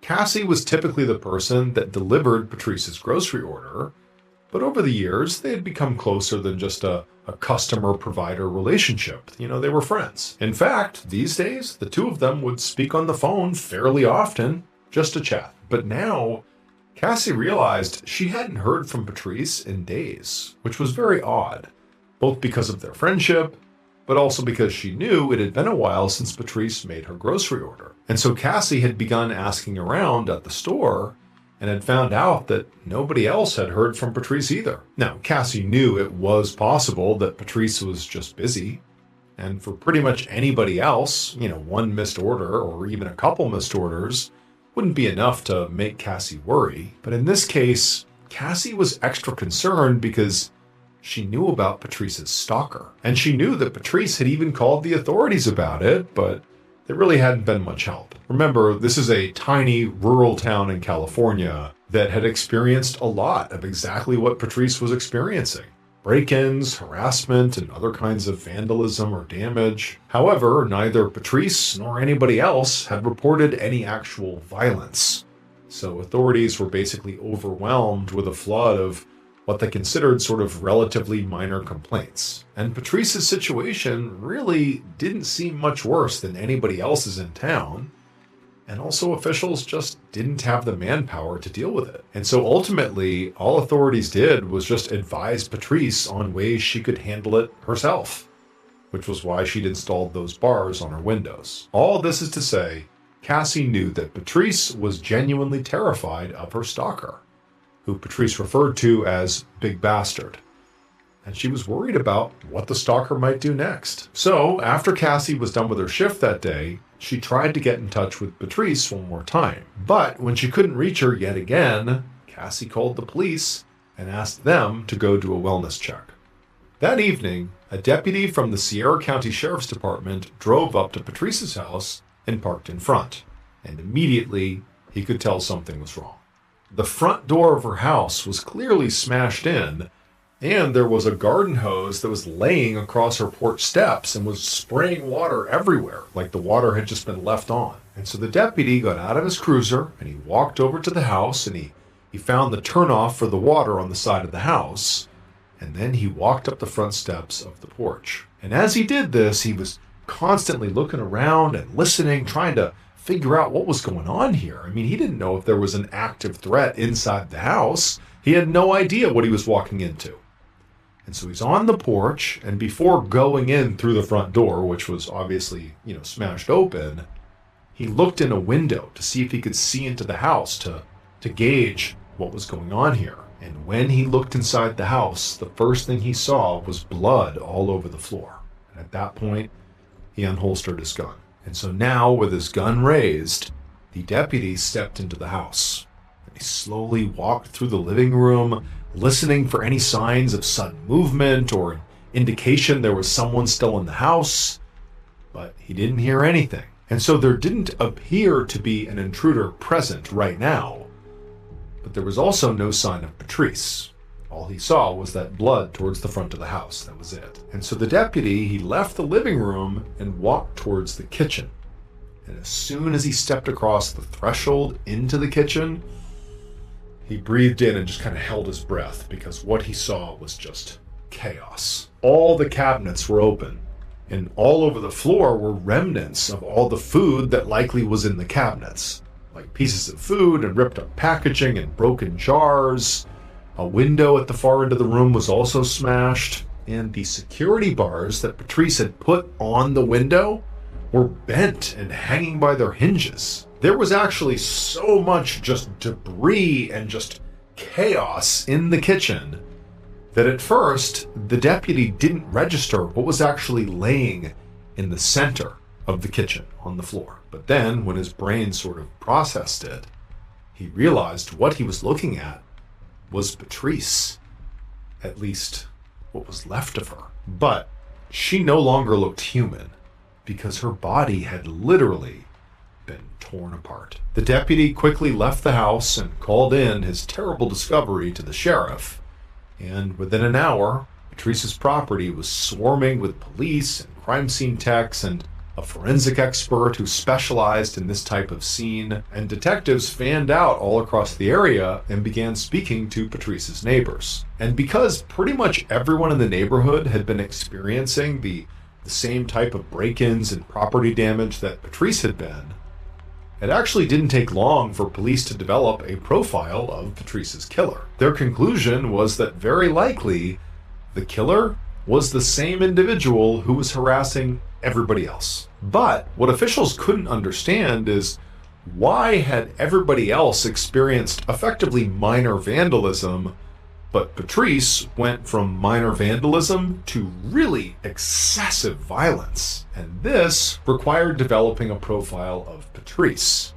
And so as police searched for her killer, they were also working on reconstructing Patrice's movements on the final day of her life. And at first, in their efforts, really they were just stumped. I mean, all she had done on that day, as far as they could tell, were some basic chores. But as they dug into what those chores consisted of, they found two things that actually explained everything. It would turn out that every day for the past couple of years, Patrice had been making two terrible mistakes. She fed her cats out on the porch, and she emptied her compost into the garden. And these two actions ultimately were what sort of attracted her stalker, Big Bastard, to her home. Because Big Bastard was a black bear. He loved to eat cat food and kitchen compost scraps. And eventually, he decided that Patrice was food too. So, on that day in early November of 2023, when Patrice fed her cats and emptied her compost for the last time, Big Bastard waited until Patrice was in bed and then broke into her house and savagely killed her. By the time the deputy arrived at Patrice's home, Big Bastard had been eating Patrice's body for days. So what he saw in the kitchen was what was left of her. Black bears are not typically dangerous to people. In fact, Patrice was the first known black bear fatality in California history.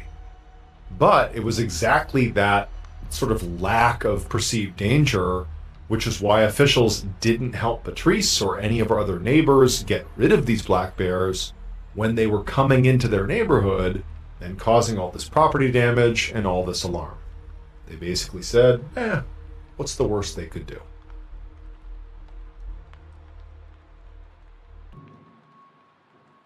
At 4:30 p.m. on June 23, 2014, 49-year-old Patrick Iswar hurried out the side door of a hospital in Sète, France, buttoning a fresh-collared shirt as he ran to the parking lot. He climbed onto a scooter and then quickly checked his watch, and then he lifted the kickstand and sped off into traffic, ignoring honks from all the other drivers as he swerved between the cars. Patrick did not care who he was annoying right now, because he was running late for a date, and then right after the date, he had to rush over to his daughter's dance recital. And he desperately wanted to make sure he made both of these events, because they were some of the only things he'd had to look forward to in ages. So things in Patrick's life had not been good for a really long time. 8 years earlier, he had slipped into a rut of serious binge drinking and gambling. And one day, when he was drunk, he had actually struck his wife. Following that, his wife had divorced him, and he'd lost custody of his daughter, Alabama, who was now 12 years old. After that, Patrick's life really did not get any better. He had moved in with his elderly mother, and his drinking had only gotten worse, and his gambling continued to the point where he basically gambled away most of what he made by working as a hospital janitor.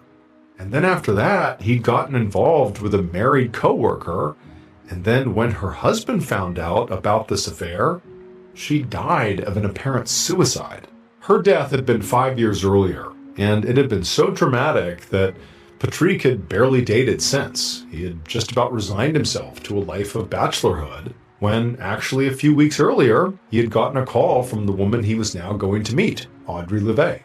But Patrick was now running so late for his date that he worried Audrey might not wait around for him. So he twisted the throttle of his scooter and shot across an intersection, ignoring more honks from more cars. Patrick had actually met Audrey a long time ago, right after his divorce, and they'd gone out a handful of times before they ultimately lost touch. She was a lot younger than he was, and she'd stood him up more than once in the past. But she was also a lot of fun, and it had been a while since Patrick had been on a date, so when she called him up saying she wanted to go out again, Patrick had said, sure. They'd made plans to meet this afternoon at a park near Patrick's work that had this big rocky hill rising behind it.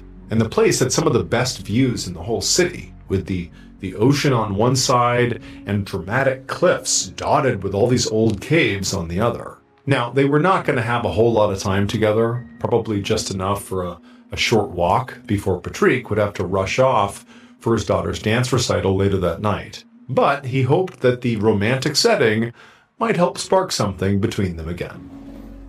A few minutes later, Patrick pulled up to the park entrance, and to his relief, Audrey was still there waiting for him. So he parked his scooter and locked his cell phone in the scooter's underseat compartment, and he walked over to her.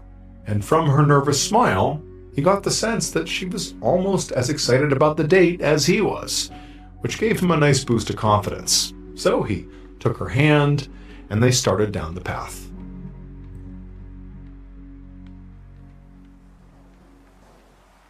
Around 8 a.m. the next morning, 10 miles up the coastline from where Patrick and Audrey had been walking at that park, Patrick's older brother, Mark Iswar, stood on the deck of his boat, pulling a big oyster trap out of the water.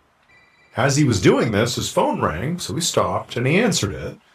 But before he could even say hello, his mother's very worried voice came across the line, asking if he knew where Patrick was. Mark frowned, because Patrick lived with their mother, so she should know better than he would. But his mother explained that Patrick hadn't come home last night.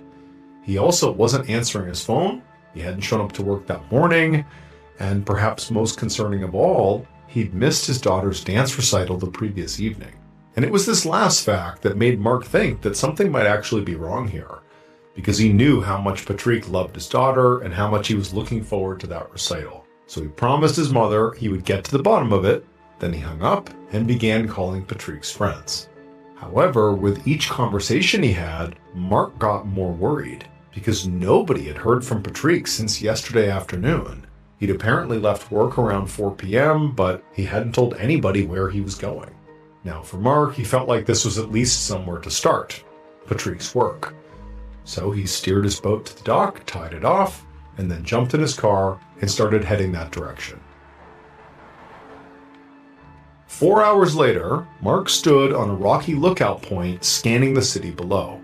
Patrick's hospital stood in the middle of Set's business district, which was packed with canals and cafes and tourist spots, and Mark and a handful of Patrick's friends had spent all morning checking them one by one, looking for Patrick, but they hadn't found him or any sign of him. And so now, Mark had turned his focus to some of the more remote areas around the city, like the hill behind the park where he now stood. But there was still no sign of Patrick anywhere.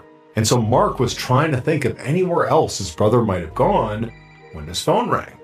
It was one of Patrick's friends from the search party, and he just found Patrick's scooter outside the park at the bottom of the hill, just a short drive from where Mark was. And so Mark told him not to touch anything, and he sprinted back to his car, and he sped down the hill, and he left the park, and he stopped in the parking lot right outside. And sure enough, there in the lot was Patrick's scooter. And as Mark looked at the scooter and at the quiet park all around him, he felt a cold weight settle in his stomach, because he really couldn't think of any reason why Patrick would leave his scooter here overnight. In the back of his mind all day, Mark had been worried that something bad could have happened to his little brother. But now, after seeing this scooter, he felt sure of it.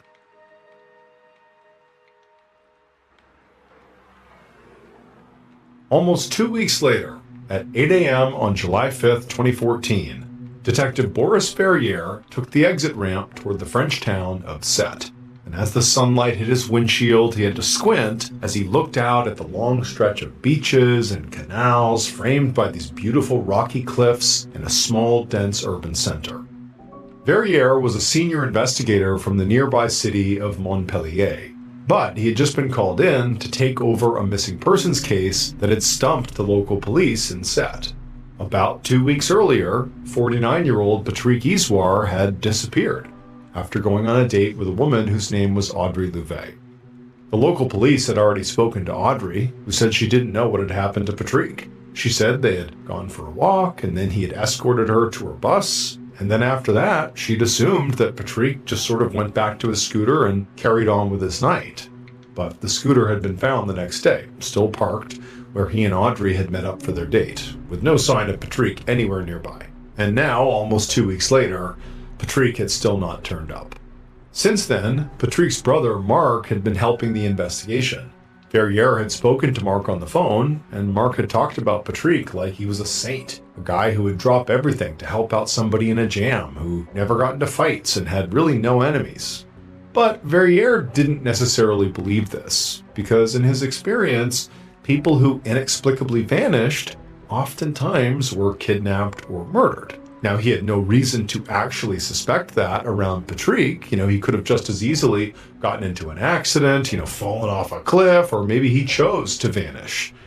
But at this point, what Verrier really needed to do was, on his own, dig into who Patrick was and figure out if there was a reason why he wasn't here right now.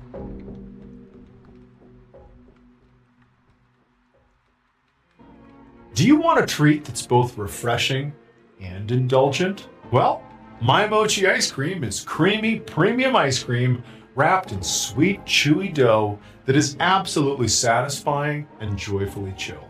My Mochi comes in delicious flavors like strawberry, mango, and cookies and cream. The strawberry is made with real fruit and tastes like biting into the perfect strawberry at peak summer. It's the perfect balance of chewy and creamy and fruity and cozy. But my favorite flavor is for sure cookies and cream. It's dreamy, creamy, and the cookie bits keep it fun. I take them out of the freezer and I let them soften up just a little bit, and then I can't stop eating them. My Mochi is also gluten-free and only around 70 calories per piece. It comes in a box with 6 individual snacks, which makes it really easy to share. That is, if you want to. Look for the purple box of My Mochi ice cream in the freezer aisle of your local grocery store.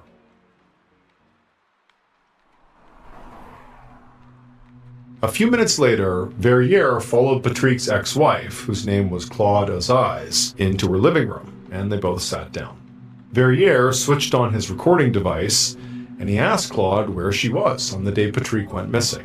Claude said it was just an ordinary Monday for her, and that after work she had picked up their daughter, Alabama, from school and driven her to her dance recital. She had expected to meet Patrick there at the recital, and it really surprised her when he didn't show up, because even though Patrick had plenty of flaws, he was a good dad. And at that, Verrier sort of leaned forward, because Patrick's flaws were actually what he wanted to know about. Now, he didn't think Claude was guilty of anything here, since she had a pretty strong alibi and didn't really stand to benefit from Patrick's disappearance. But he hoped she could maybe tell him about any old habits or current habits that could have gotten Patrick into trouble. And so when he asked her about this, Claude hesitated before saying she really didn't want to badmouth Patrick. But he drank and gambled a lot more than he should. At this point, Verrier pressed her for more details, but Claude just insisted that Patrick had really always kept that part of his life away from her. But after she thought about it for a moment, she said there was someone who might be able to tell Verrier more. And then she called their 12-year-old daughter, Alabama, into the room. Alabama appeared very visibly nervous and shaken up by everything going on with her dad, but her mother, Claude, took her hand and encouraged her to share her story. And slowly, the girl began to speak.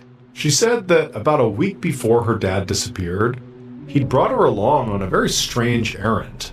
They'd parked outside of a tunnel, and he'd told her to wait in the car. And then he got out and walked into this tunnel to meet with someone. It was a man. But it was too dark in the tunnel for Alabama to make out the man's features, but she definitely saw her father, Patrick, hand this man some kind of package before he quickly turned and ran back to the car. And then afterwards, her father wouldn't tell her who this man was. He just said that he'd done something really stupid, and because of it, he now owed some people a lot of money. After Alabama finished talking, her mother, Claude, thanked her and sent her back out of the room. And then once she was gone, Verrier asked Claude if she knew who this man in the tunnel might be. But Claude said she had no idea. But she said she did have one name that was worth looking into. Now, this was not someone who would have lent Patrick any money, but instead, it was a man who held a personal grudge against him. His name was Remy Shen, and he was a local hairstylist. An hour later, Verrier sat in a cramped cubicle of the Set police station, scrolling through a file on his laptop. Based on Claude's tip, he looked up the hairstylist's name in the police database and had immediately found a connection to Patrick. Back in 2009, so a few years after Patrick's divorce, Patrick had been questioned as a witness in the suicide of Remy Shen's wife, a woman named Nadege Shen, who had worked with Patrick at the hospital. Apparently, Nadege had come home after a work party and confessed to Remy that she'd been having this affair with Patrick. The couple argued for hours about it, and Nadege ended up sleeping on the couch while Remy went upstairs to their bedroom. And then the next day, Remy found Nadege in their garage, hanging by the neck. As soon as Verrier was done reading this, he knew he finally had a suspect, and so he looked up Remy's last known address and contact information. At around 10 a.m. the next day, so July 7th, Verrier followed Remy Chen into an interrogation room at the Sète police station and shut the door behind them. Remy was a short, wiry man with a very obvious scowl on his face that made it clear he thought he was being very inconvenienced here. Verrier immediately got the feeling that Remy would likely only crack under intense pressure. So, right away, he tried to shake Remy by saying they knew he was involved in the kidnapping of Patrick Isouard. Now, this was a total bluff, because Verrier did not actually have any evidence, but he wanted to see how Remy would react. And to his surprise and irritation, Remy just laughed. Remy acted like he literally had no idea who Verrier was even talking about. And when Verrier brought up his late wife and sort of insinuated that obviously Patrick had had an affair and was a witness when she had died, Remy just scoffed and reminded him that it had been 5 years since her passing. He said he had moved on and begun dating other people. And anyways, it was sort of absurd to think that he would hold a grudge for 5 years without doing anything, but then suddenly now decide to take some sort of revenge out of the blue. It just didn't add up. But Verrier didn't really know what to make of this. It seemed like Remy was really confident, almost too confident. And so he pivoted and just asked Remy where he was on June 23rd, the day Patrick went missing. And after thinking for a moment, Remy just said that he had spent the whole afternoon alone cleaning out a storage unit that he had rented. This was obviously not a great alibi at all, but at this point Verrier had no choice but to let Remy go. As Verrier watched Remy leave, he knew he was running out of time here. I mean, 2 weeks had already passed since Patrick's disappearance, and every day the odds of finding him alive got worse. So, out of desperation, Verrier decided to circle back to the very start and speak again to Audrey Louvet. I mean, being the last person to see Patrick before he went missing, Audrey was an obvious person of interest. But Verrier wasn't sure what more he could learn from her. The local police had already questioned her at the very beginning of the investigation, and Verrier had already watched that interview tape a number of times. But Verrier knew he just had to take a shot. So he picked up the phone and he called Audrey into the station. Later that same afternoon, around 2 p.m., Verrier sat across from Audrey in the same room where he just interviewed Remy. He said hello to her and he started the recorder, and then he asked her to explain her history with Patrick again. And at first, her answers were all just like they'd been on the tape. She said they had met 8 years ago in 2006, and they dated casually for a while before losing contact. And then, just a few weeks ago, she happened to pass the bar where they first met, and it made her think of Patrick. So she called him up out of the blue to ask how he was doing, and they'd ultimately made plans to see each other again. She described their date as being a short walk around the park, after which Patrick had walked her to the bus stop and then headed off, presumably to go back to his scooter and to head off to his daughter's dance recital. And that's when Verrier interrupted, and he asked Audrey to tell him specifically which direction Patrick had headed off after dropping her off at the bus stop. And Audrey sat there for a minute, and then she said, I can't remember. And this really bothered Verrier, because here was this person who should be able to tell him the most about Patrick's last moves, and she had basically nothing useful to offer the investigation. So Verrier just sort of dropped the polite tone and really went after her. He told her he wasn't buying her act, and that she needed to tell him everything she knew right now, or this was all going to get much, much worse for her. Audrey's eyes went wide and her voice began to shake as she insisted that she'd already told them everything. But Verrier didn't let up. He kept demanding that she just admit what she'd done until he was practically shouting at her. And Audrey was in tears and she was repeating over and over that Patrick had been fine when she left him. She just didn't remember all the details. And finally, Verrier backed off. He'd run countless interrogations throughout his career, and his gut was starting to tell him that Audrey's fragility was not really an act here. He'd pushed her as hard as he could, and he had to admit that maybe she was just telling the truth. A little while later, after Audrey was gone, Verrier sat alone inside the interrogation room, thinking about the case.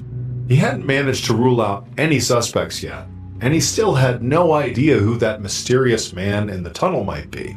And on top of all that, there was still the possibility that no crime had been committed here, since they had no body. I mean, who knows what really happened to Patrick at this point? And Verrier knew that there were just too many unknowns.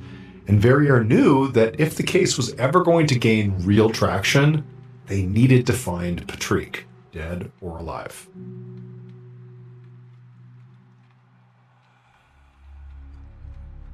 Around 11 a.m. on July 17th, so 3.5 weeks after Patrick Isouard disappeared, Detective Boris Verrier parked along the shoulder of a winding roadside in the French town of Sète. He got out of his car, he stooped beneath a strip of yellow police tape, and he headed across the long strip of dry grass leading up to a sheer cliff wall. A dozen yards ahead of him, barely visible in the rock face, was the dark, round opening of a cave. A few hours earlier, a group of teenagers had shown up at the police station seeming very frazzled, saying they had found a human body inside of that cave. And as soon as Verrier had heard about this, he had rushed to the scene because the cave was less than a half a mile away from where Patrick's scooter had been abandoned. And so now, Verrier turned on his flashlight and he stepped into the cave. And as soon as he did, a forensics team fell into step right behind him, and together, they began making their way into the darkness. Thanks to his flashlight, Verrier could see that the walls were covered in graffiti and that there were empty bottles and other garbage everywhere, so it seemed like this was probably a popular party spot for young people. As they moved deeper, the cave split off into a maze of all these different narrow tunnels, and just as Verrier was about to direct his team to spread out and begin searching all of them, he passed by one of these tunnels that absolutely reeked. And so Verrier stopped what he was doing and just aimed his flashlight down this particular tunnel. And he saw there was a shallow pit dug into the floor. And lying at the bottom of this pit was what looked like a ragged lump of black fabric. Until Verrier stepped closer. The smell was overpowering now, and Verrier knew he was standing over the charred remains of a human body. Verrier bent down to examine it, and he saw right away there was what appeared to be a bullet hole in the skull and a bullet hole to the torso. And those details, one to the head, one to the stomach, and then, the body being burnt afterwards, likely to get rid of evidence, felt very familiar to Verrier. It felt like this could have been a mob hit.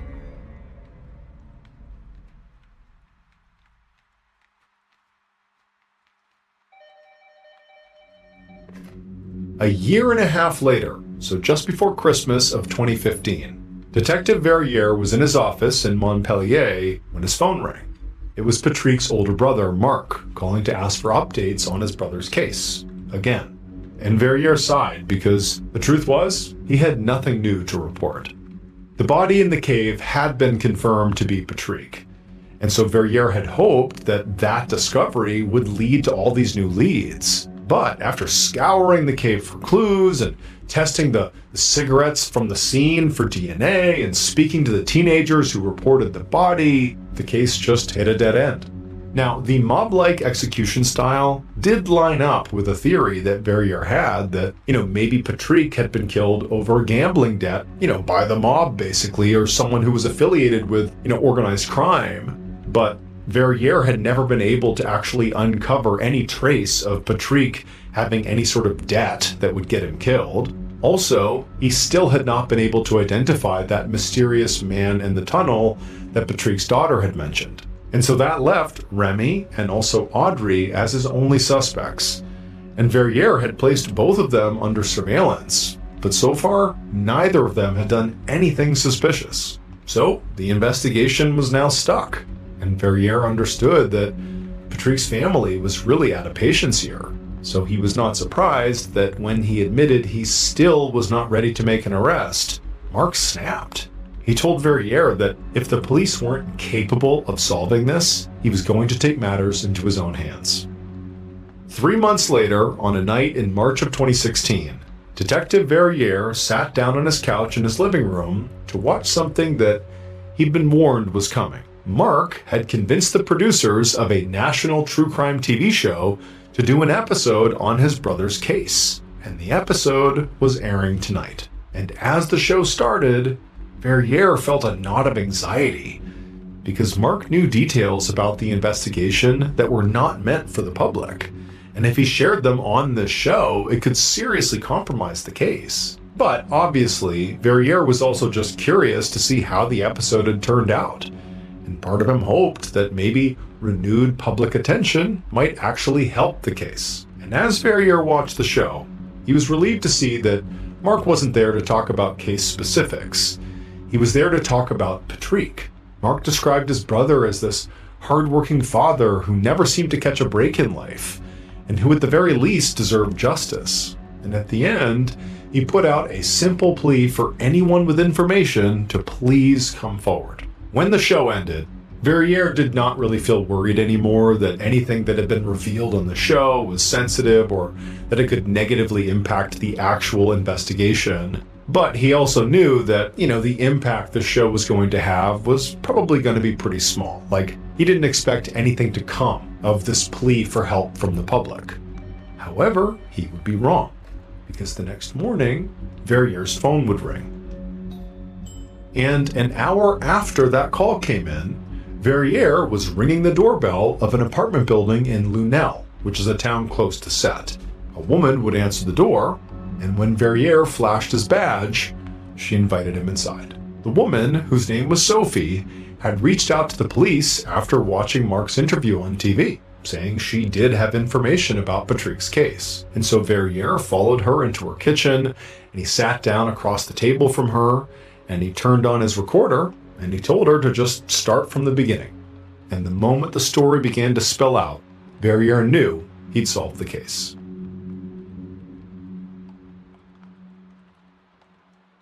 Based on the evidence collected at the crime scene and witness testimony, the following is a reconstruction of what police believe happened to Patrick Isouard on the afternoon of Monday, June 23, 2014.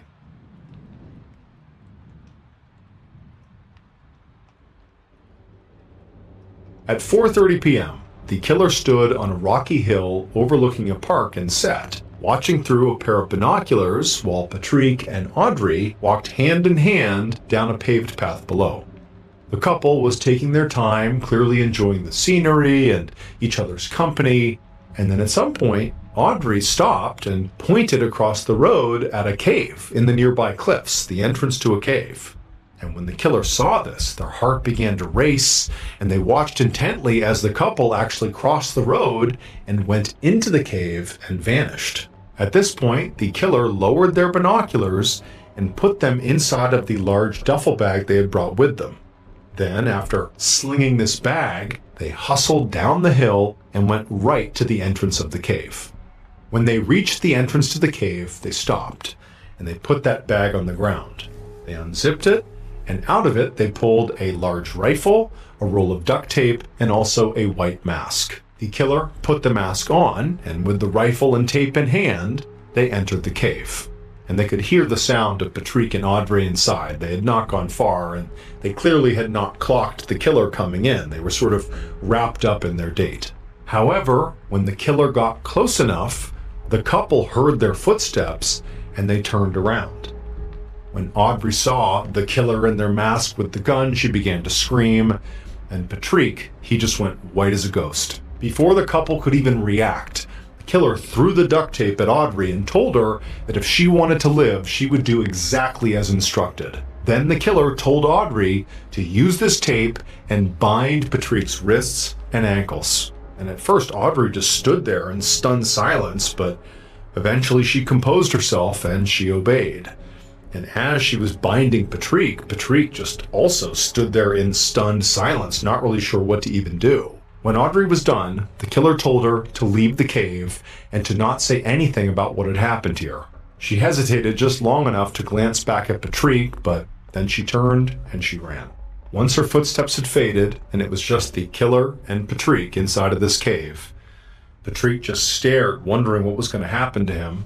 And the killer, after making really intense eye contact with Patrick, raised his rifle and shot Patrick in the head and also once in the chest, and Patrick crumpled to the ground.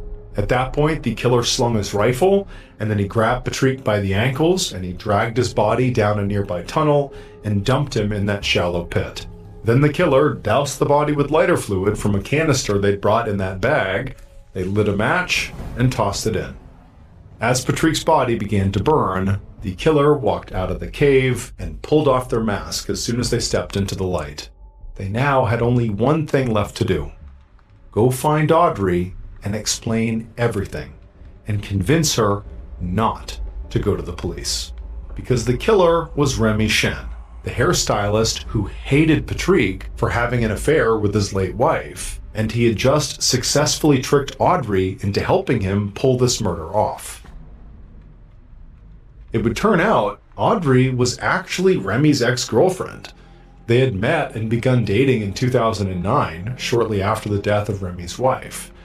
And Remy had realized that because of Audrey's history with Patrick, because they had also dated, he could use her to lure Patrick into a trap and finally take his revenge. But even though Audrey was clearly a key part of this plan, she didn't actually know that Remy was going to kill Patrick. Remy had told her a sob story about Patrick owing him a lot of money, and she thought they were just going to scare him into paying up. It was not until she got into the cave and Remy showed up with a mask on and a rifle that she realized he had something way more sinister in his mind. After the murder, Remy convinced Audrey to stay silent by threatening to kill her and her children. And for over a year, she kept his secret, lying to the police the whole time. But when she watched that true crime episode about the case and saw Mark's plea for information, she finally just cracked and confessed to her friend Sophie, who was watching the show with her, who then went on to call the police the very next day.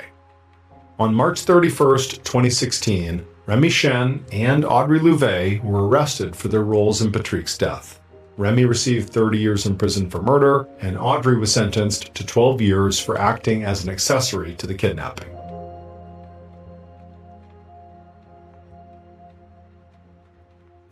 One night in April of 1919, a middle-aged man named Eric Marth woke up in his bedroom in the city of Milwaukee, Wisconsin, because his entire bed was shaking. He saw his wife, Margaret, was lying next to him and she was thrashing around and gasping for air. But Eric didn't panic because he knew exactly what was happening. So Eric and Margaret had moved into this house just a few weeks ago. But pretty much right away after moving in, Margaret had begun having these very intense nightmares that would wake her up almost violently, like what was happening right now. Now, from Eric's perspective, these nightmares she was having looked horrifying, but there really was not any physical risk to Margaret. I mean, she would just have these horrible visceral dreams and kind of shake around, but that was it. And so, like he had been doing the past couple of weeks, Eric just reached over and gently put his hands on his wife's shoulders and began repeating her name very gently over and over again to try to kind of get her out of this trance she was in. And sure enough, a moment later, Margaret, who kind of stopped flailing, she let out this huge gasp. And then she sat up straight and panted for air, and she turned to her husband and she said, "I saw the ghost again." And when Eric heard this, he wasn't like, "Oh my goodness, there's a ghost." Instead, he was just kind of annoyed. And so he did his best to comfort her, but he's just thinking, what in the world is going on here? So a few years ago, Margaret had joined the spiritualism movement, which was a very popular religious movement at the time. And spiritualists thought they could contact the dead. Now, Eric absolutely did not believe in ghosts, and he was pretty sure that Margaret's staunch belief in spiritualism was now effectively causing these nightmares. That it was not the house, it was just her belief system. It was kind of manifesting in these nightmares. However, Margaret felt the opposite. She felt like it was the house itself that was haunted. And it was haunted by a vengeful spirit that attacked her every night in these dreams. Now, Eric, it's the middle of the night, he's tired, he's annoyed. He didn't feel like discussing whatever she believed about this ghost right now. So after she said, I saw the ghost, I saw the spirit again, he just told her to, calm down, go back to sleep. But on this night, Margaret didn't lie down. She actually turned to Eric and she said, "No, I have to figure out what's going on. I have to figure out who this ghost is and why they're haunting me.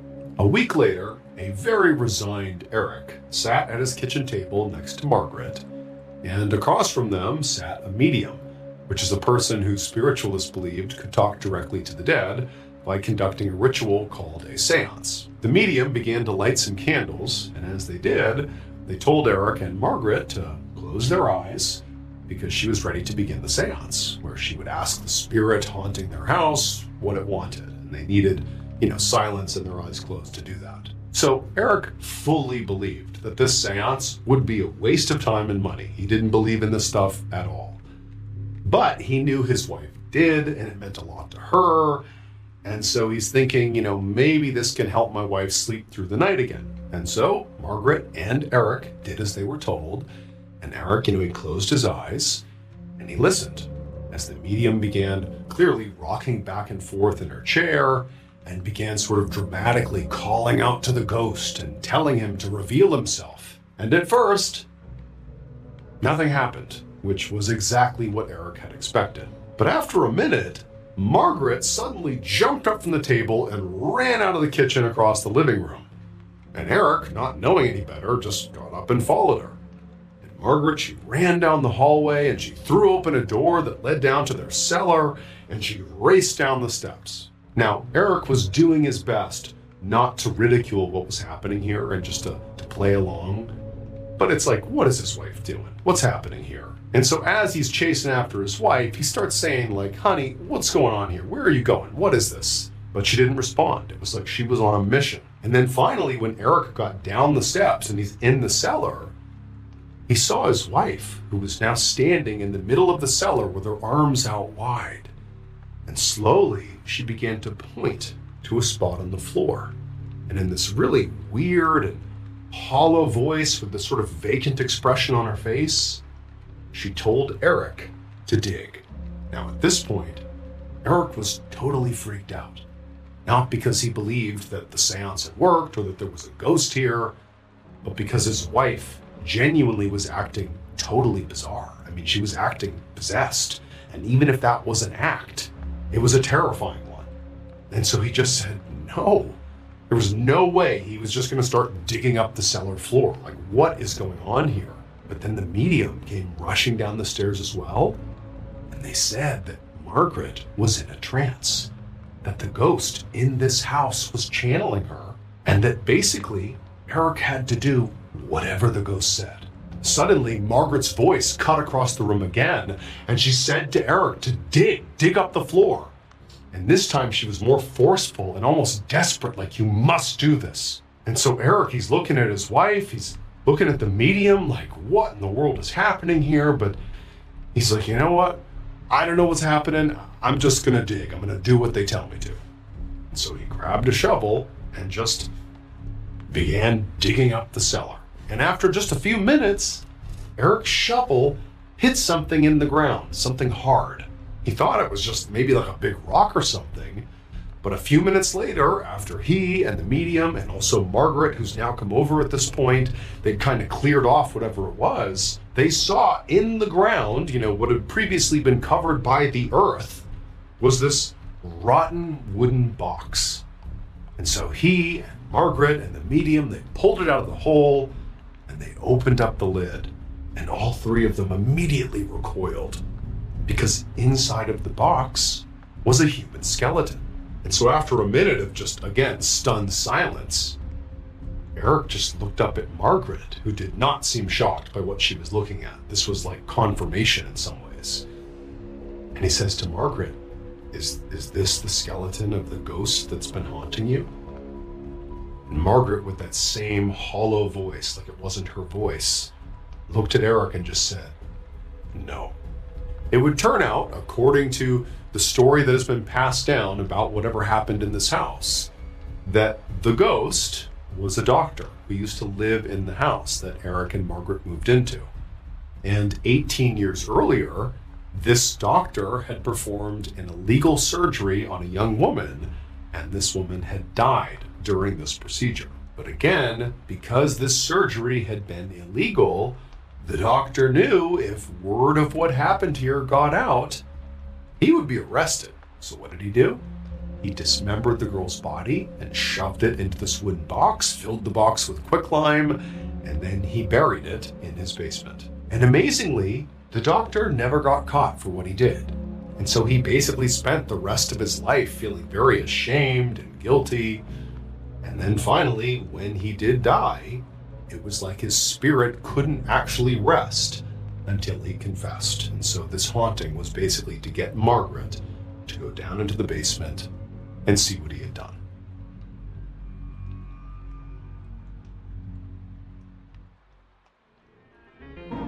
Everyday life is full of moments that you plan for, and also moments that just happen, often when you least expect them. Whether it's part of your normal routine or something unexpected, Amazon is where you go for everyday essentials, making shopping simple and dependable. From running out of household basics to last-minute surprises, Amazon's great deals and low prices on everyday essentials make it easier to handle whatever life throws your way. Everything is in one place, so there's no extra stress or jumping through hoops when time is already tight. Whether it's something you buy regularly or something you suddenly realize you need right now, Amazon makes it easy to find what you're looking for quickly and at a price that feels good. It's straightforward, dependable shopping that makes everyday moments feel more manageable with less stress, fewer steps, and more confidence that your money is well spent. Shop Amazon and save on essentials. Save the everyday.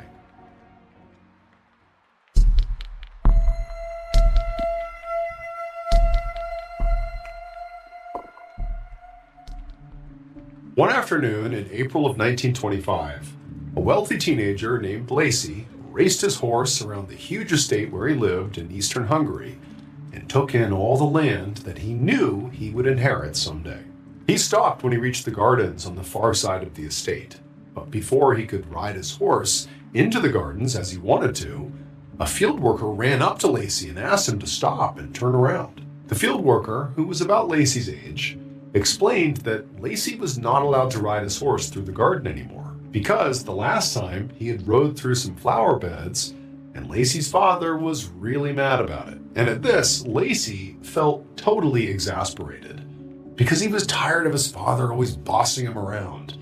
And it embarrassed him to be reminded of this by someone as low class as a field worker. So Lacey's family was part of the noble class. His dad was a baron and his mother was a baroness, and they lived together in an old castle on this beautiful estate. And for the most part, Lacey loved his noble life, but his father could be harsh and really controlling. And sometimes Lacey dreamed of the day that he would inherit his dad's title, because then he, Lacey, would be in charge of the estate, and he could finally run things the way he wanted. And so Lacey decided he wanted to show his father and this field worker and the other field workers that they couldn't order him around all the time. And so he rode his horse right into the gardens and intentionally rode all over their prized flower beds. Lacey's plan was to head back home and go into the castle and talk to his father about that field worker's rudeness. But when Lacey got back to the castle, he didn't have a chance to even speak to his father, because that whole day his dad was very busy with estate matters. And then that night, his father died of a heart attack. A week after his father's death, Lacey walked through the crowded banquet hall in his family's castle looking for his mother, because he wanted to make sure that she was okay. He and his mom had just gotten home from his dad's funeral, and now they were hosting a reception for everyone who had attended. But Lacey couldn't find his mother anywhere inside of this banquet hall, and with a sinking feeling, he realized there was only one place she could be. So after Lacey's father had died, his mother had gone a little bit crazy. She refused to believe that her husband had died of a heart attack, and instead kept insisting that he had been murdered. More specifically, she thought he had been scared to death, because when she had seen his body for the first time, his facial expression looked horrified, like he was actually scared as he died. Now, the doctor had explained to her that, it was entirely possible that his heart attack came on suddenly and he was scared about what was happening to him, and so, was scared when he died. But the Baroness wouldn't listen. She said this was intentional. Somebody did this to him. And so ever since, she had basically spent all of her time in Lacey's father's bedroom searching for clues about her husband's supposed killer. So now, Lacey left the banquet hall and climbed the stairs of the castle up to his father's bedroom, and just as he suspected, when he knocked on the door, his mom answered, looking totally frantic. Lacey told her to come downstairs and say hello to their guests, but she said no, that she was too busy looking for evidence. Then, before Lacey could say anything, his mom just shut the door in his face. The next 6 months went by basically the same way. Lacey's mother spent all her time locked up in the Baron's bedroom around the clock, and Lacey spent most of his time riding his horse, including in the garden, because he didn't like going home anymore. His mother was now technically in charge of the family estate, but she had really let things go since her husband had died. She basically had not taken up any of the responsibilities that she was now in charge of. And so at this point, Lacey really couldn't wait until he was on his own and in charge of the castle and the estate himself. One night in mid-October, so this is at the 6-month mark from when Lacey's father had died, Lacey ate dinner alone, which was common at this point, since his mom basically still refused to come downstairs at all. And then after he ate dinner, Lacey began making his way upstairs to get ready for bed. And as he walked upstairs, Lacey just felt overcome with anger and desperation and just kind of general angst about the current situation. He longed so desperately to just be alone and in charge of the estate. He hated the current setup with his mother in charge, but not really doing anything. I mean, the whole estate was just falling apart here. But eventually, despite feeling kind of riled up, Lacey, got into bed and closed his eyes and did eventually begin to drift off to sleep. But right after he had fallen asleep, he was suddenly awoken by this ear-piercing scream that was echoing down the hallway. And he realized it was his mother, and she was screaming for help. And so Lacey jumped out of bed and he raced down the hallway to his father's bedroom. And as he ran, other servants were flooding the hallway, racing towards the room as well. And Lacey, he got to the door, he unlocked it, and he rushed inside. And when he got in there, he saw his mother pointing at the foot of the Baron's bed. And she was saying that a demon had appeared in the bedroom and had loomed over her like it wanted to kill her. And so she told Lacey that the demon had to be what scared his father to death. The demon was the murderer. Lacey's mother looked absolutely convinced here. But Lacey, and really all the servants as well, just kind of collectively sighed, because there was obviously no demon at the foot of the bed here. And his mom clearly had just had a bad dream, or, was just basically acting crazy. And so as the servants kind of went back to their rooms to allow the family to deal with this, Lacey told his mother to just go back to sleep here. And then he turned and walked back down to his room, feeling completely defeated, because to Lacey, his mom was basically losing her mind here, and he had no idea how he was going to help, or really how much longer this current setup was going to last. But this was awful.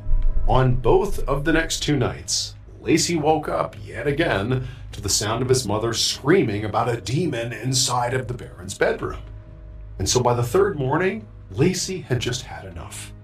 He decided he was going to force his mother out of that bedroom and insist that she come downstairs and eat breakfast with him and just act normal for once. However, when he walked to the Baron's bedroom and knocked on the door to speak to his mother, it was not his mom who answered.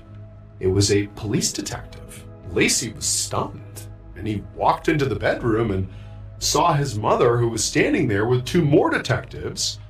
And Lacey asked, what's going on here? Lacey's mother explained that she had called the police to help her catch the demon that was haunting her at night and very likely was responsible for killing her husband. And at this point, Lacey thought he might die of embarrassment. I mean, this was unbelievable that now the police were involved. But instead of talking about that, he just begged his mother to please send the police home. They do not need to be here. But his mother refused. She was fully committed to the idea that there was a demon here and the police were going to help her find it. And the police, to be honest, looked like they didn't really know what was going on. They were just kind of trying to figure out if this was serious or not, or if there was some sort of intruder, but they were just kind of like, we'll see. And so Lacey finally just turned, left, hopped on his horse, and went for his daily ride. That night, as Lacey crawled into his own bed, he knew that down the hallway, his mom was already in bed, and that 3 detectives were watching over her room in case a demon appeared. Again, Lacey felt unbelievably embarrassed by this. To even be affiliated with this was just excruciating, but he managed to close his eyes and go to sleep. But, like normal, at some point in the middle of the night, he woke up because his mother was screaming. And Lacey, he's like, oh my gosh, this is so embarrassing. It's only getting worse, but he got out of bed, he went into the hallway, and he began walking down towards where his mother was, where she was screaming inside of the Baron's bedroom, expecting that, once again, the room would be empty and the police would see, this is just complete delusion here. There's no demon, there's no problem. However, when Lacey got to the doorway and looked inside, he saw one of the detectives running across the room and then tackle something that really did look like a demon to the floor. And then Lacey's mother turned on the light. It would turn out that even though Lacey fully expected to inherit his father's title, he was actually not the Baron's firstborn son. Before the Baron had met the Baroness, Lacey's mother, he'd had a relationship with a local peasant woman, and they had had a son together. And the Baron had given that peasant woman a plot of land on the edge of the estate to raise their son in secret. And then the Baron had basically abandoned them both. He had given them the opportunity to, work on the estate and sort of make a living for themselves, but functionally, he didn't interact with them at all. He didn't recognize them at all. They were on their own. Now, the peasant woman, the mother of this child, had sort of accepted that this was their reality, but the secret son had sort of buried that feeling forever until Lacey rode his horse through the gardens, despite being told not to, and destroyed those flower beds. Because the secret son was that field worker. His job was looking out for the gardens, and it just felt like a step too far. And so the secret son, the field worker, decided he was going to teach this family a lesson. He was going to kill the Baron and the Baroness by scaring them to death. That was his plan. And it sort of worked. He went into the castle and pretended to be a demon in the middle of the night, and he scared the father, the Baron, so badly, he literally had a heart attack and died. However, the secret son continued pretending to be a demon around the Baroness after killing the Baron, and the Baroness would get really, really scared and would scream and claim there's a demon in here. But she didn't die from this. She did not have a heart attack. And so ultimately, the plan was foiled. And so in the end, there was no demon. It was just Lacey's half-brother wrapped in a cloak, wearing a horrifying mask.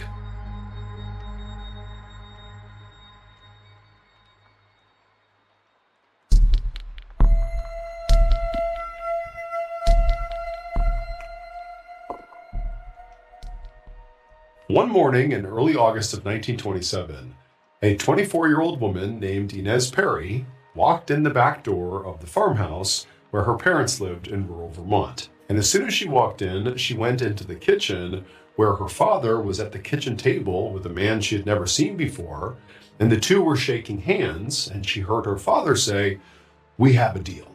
And then right after that, Inez's father looked over and saw her, and he explained that this man's name was Clarence Sinclair, and that he and Clarence had just agreed to swap houses. And for a second, Inez was confused, but then it all clicked into place. So Inez's parents had raised her and her other 3 siblings in this farmhouse, but Inez and her siblings had all moved away, and her parents were getting older.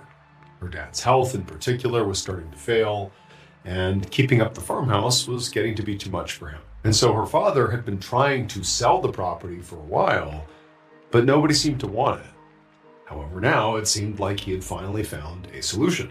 Her dad explained to her that Clarence and his family would move into this farmhouse and take over the farm.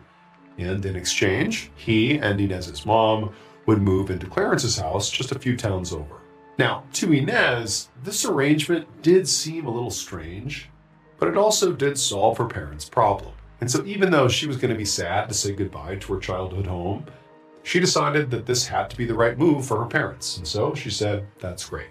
A few weeks later, Inez was inside of her parents' new house, helping to get them settled in and organize their living room, when she heard the clattering sound of a horse-drawn wagon coming down the street and coming to a stop right outside. So she walked to the door and she opened it up, but the second she saw who it was that was getting out of the carriage, she slammed the door and locked it. Because the person getting out of that carriage was Clarence Sinclair, the man who Inez's dad had swapped homes with.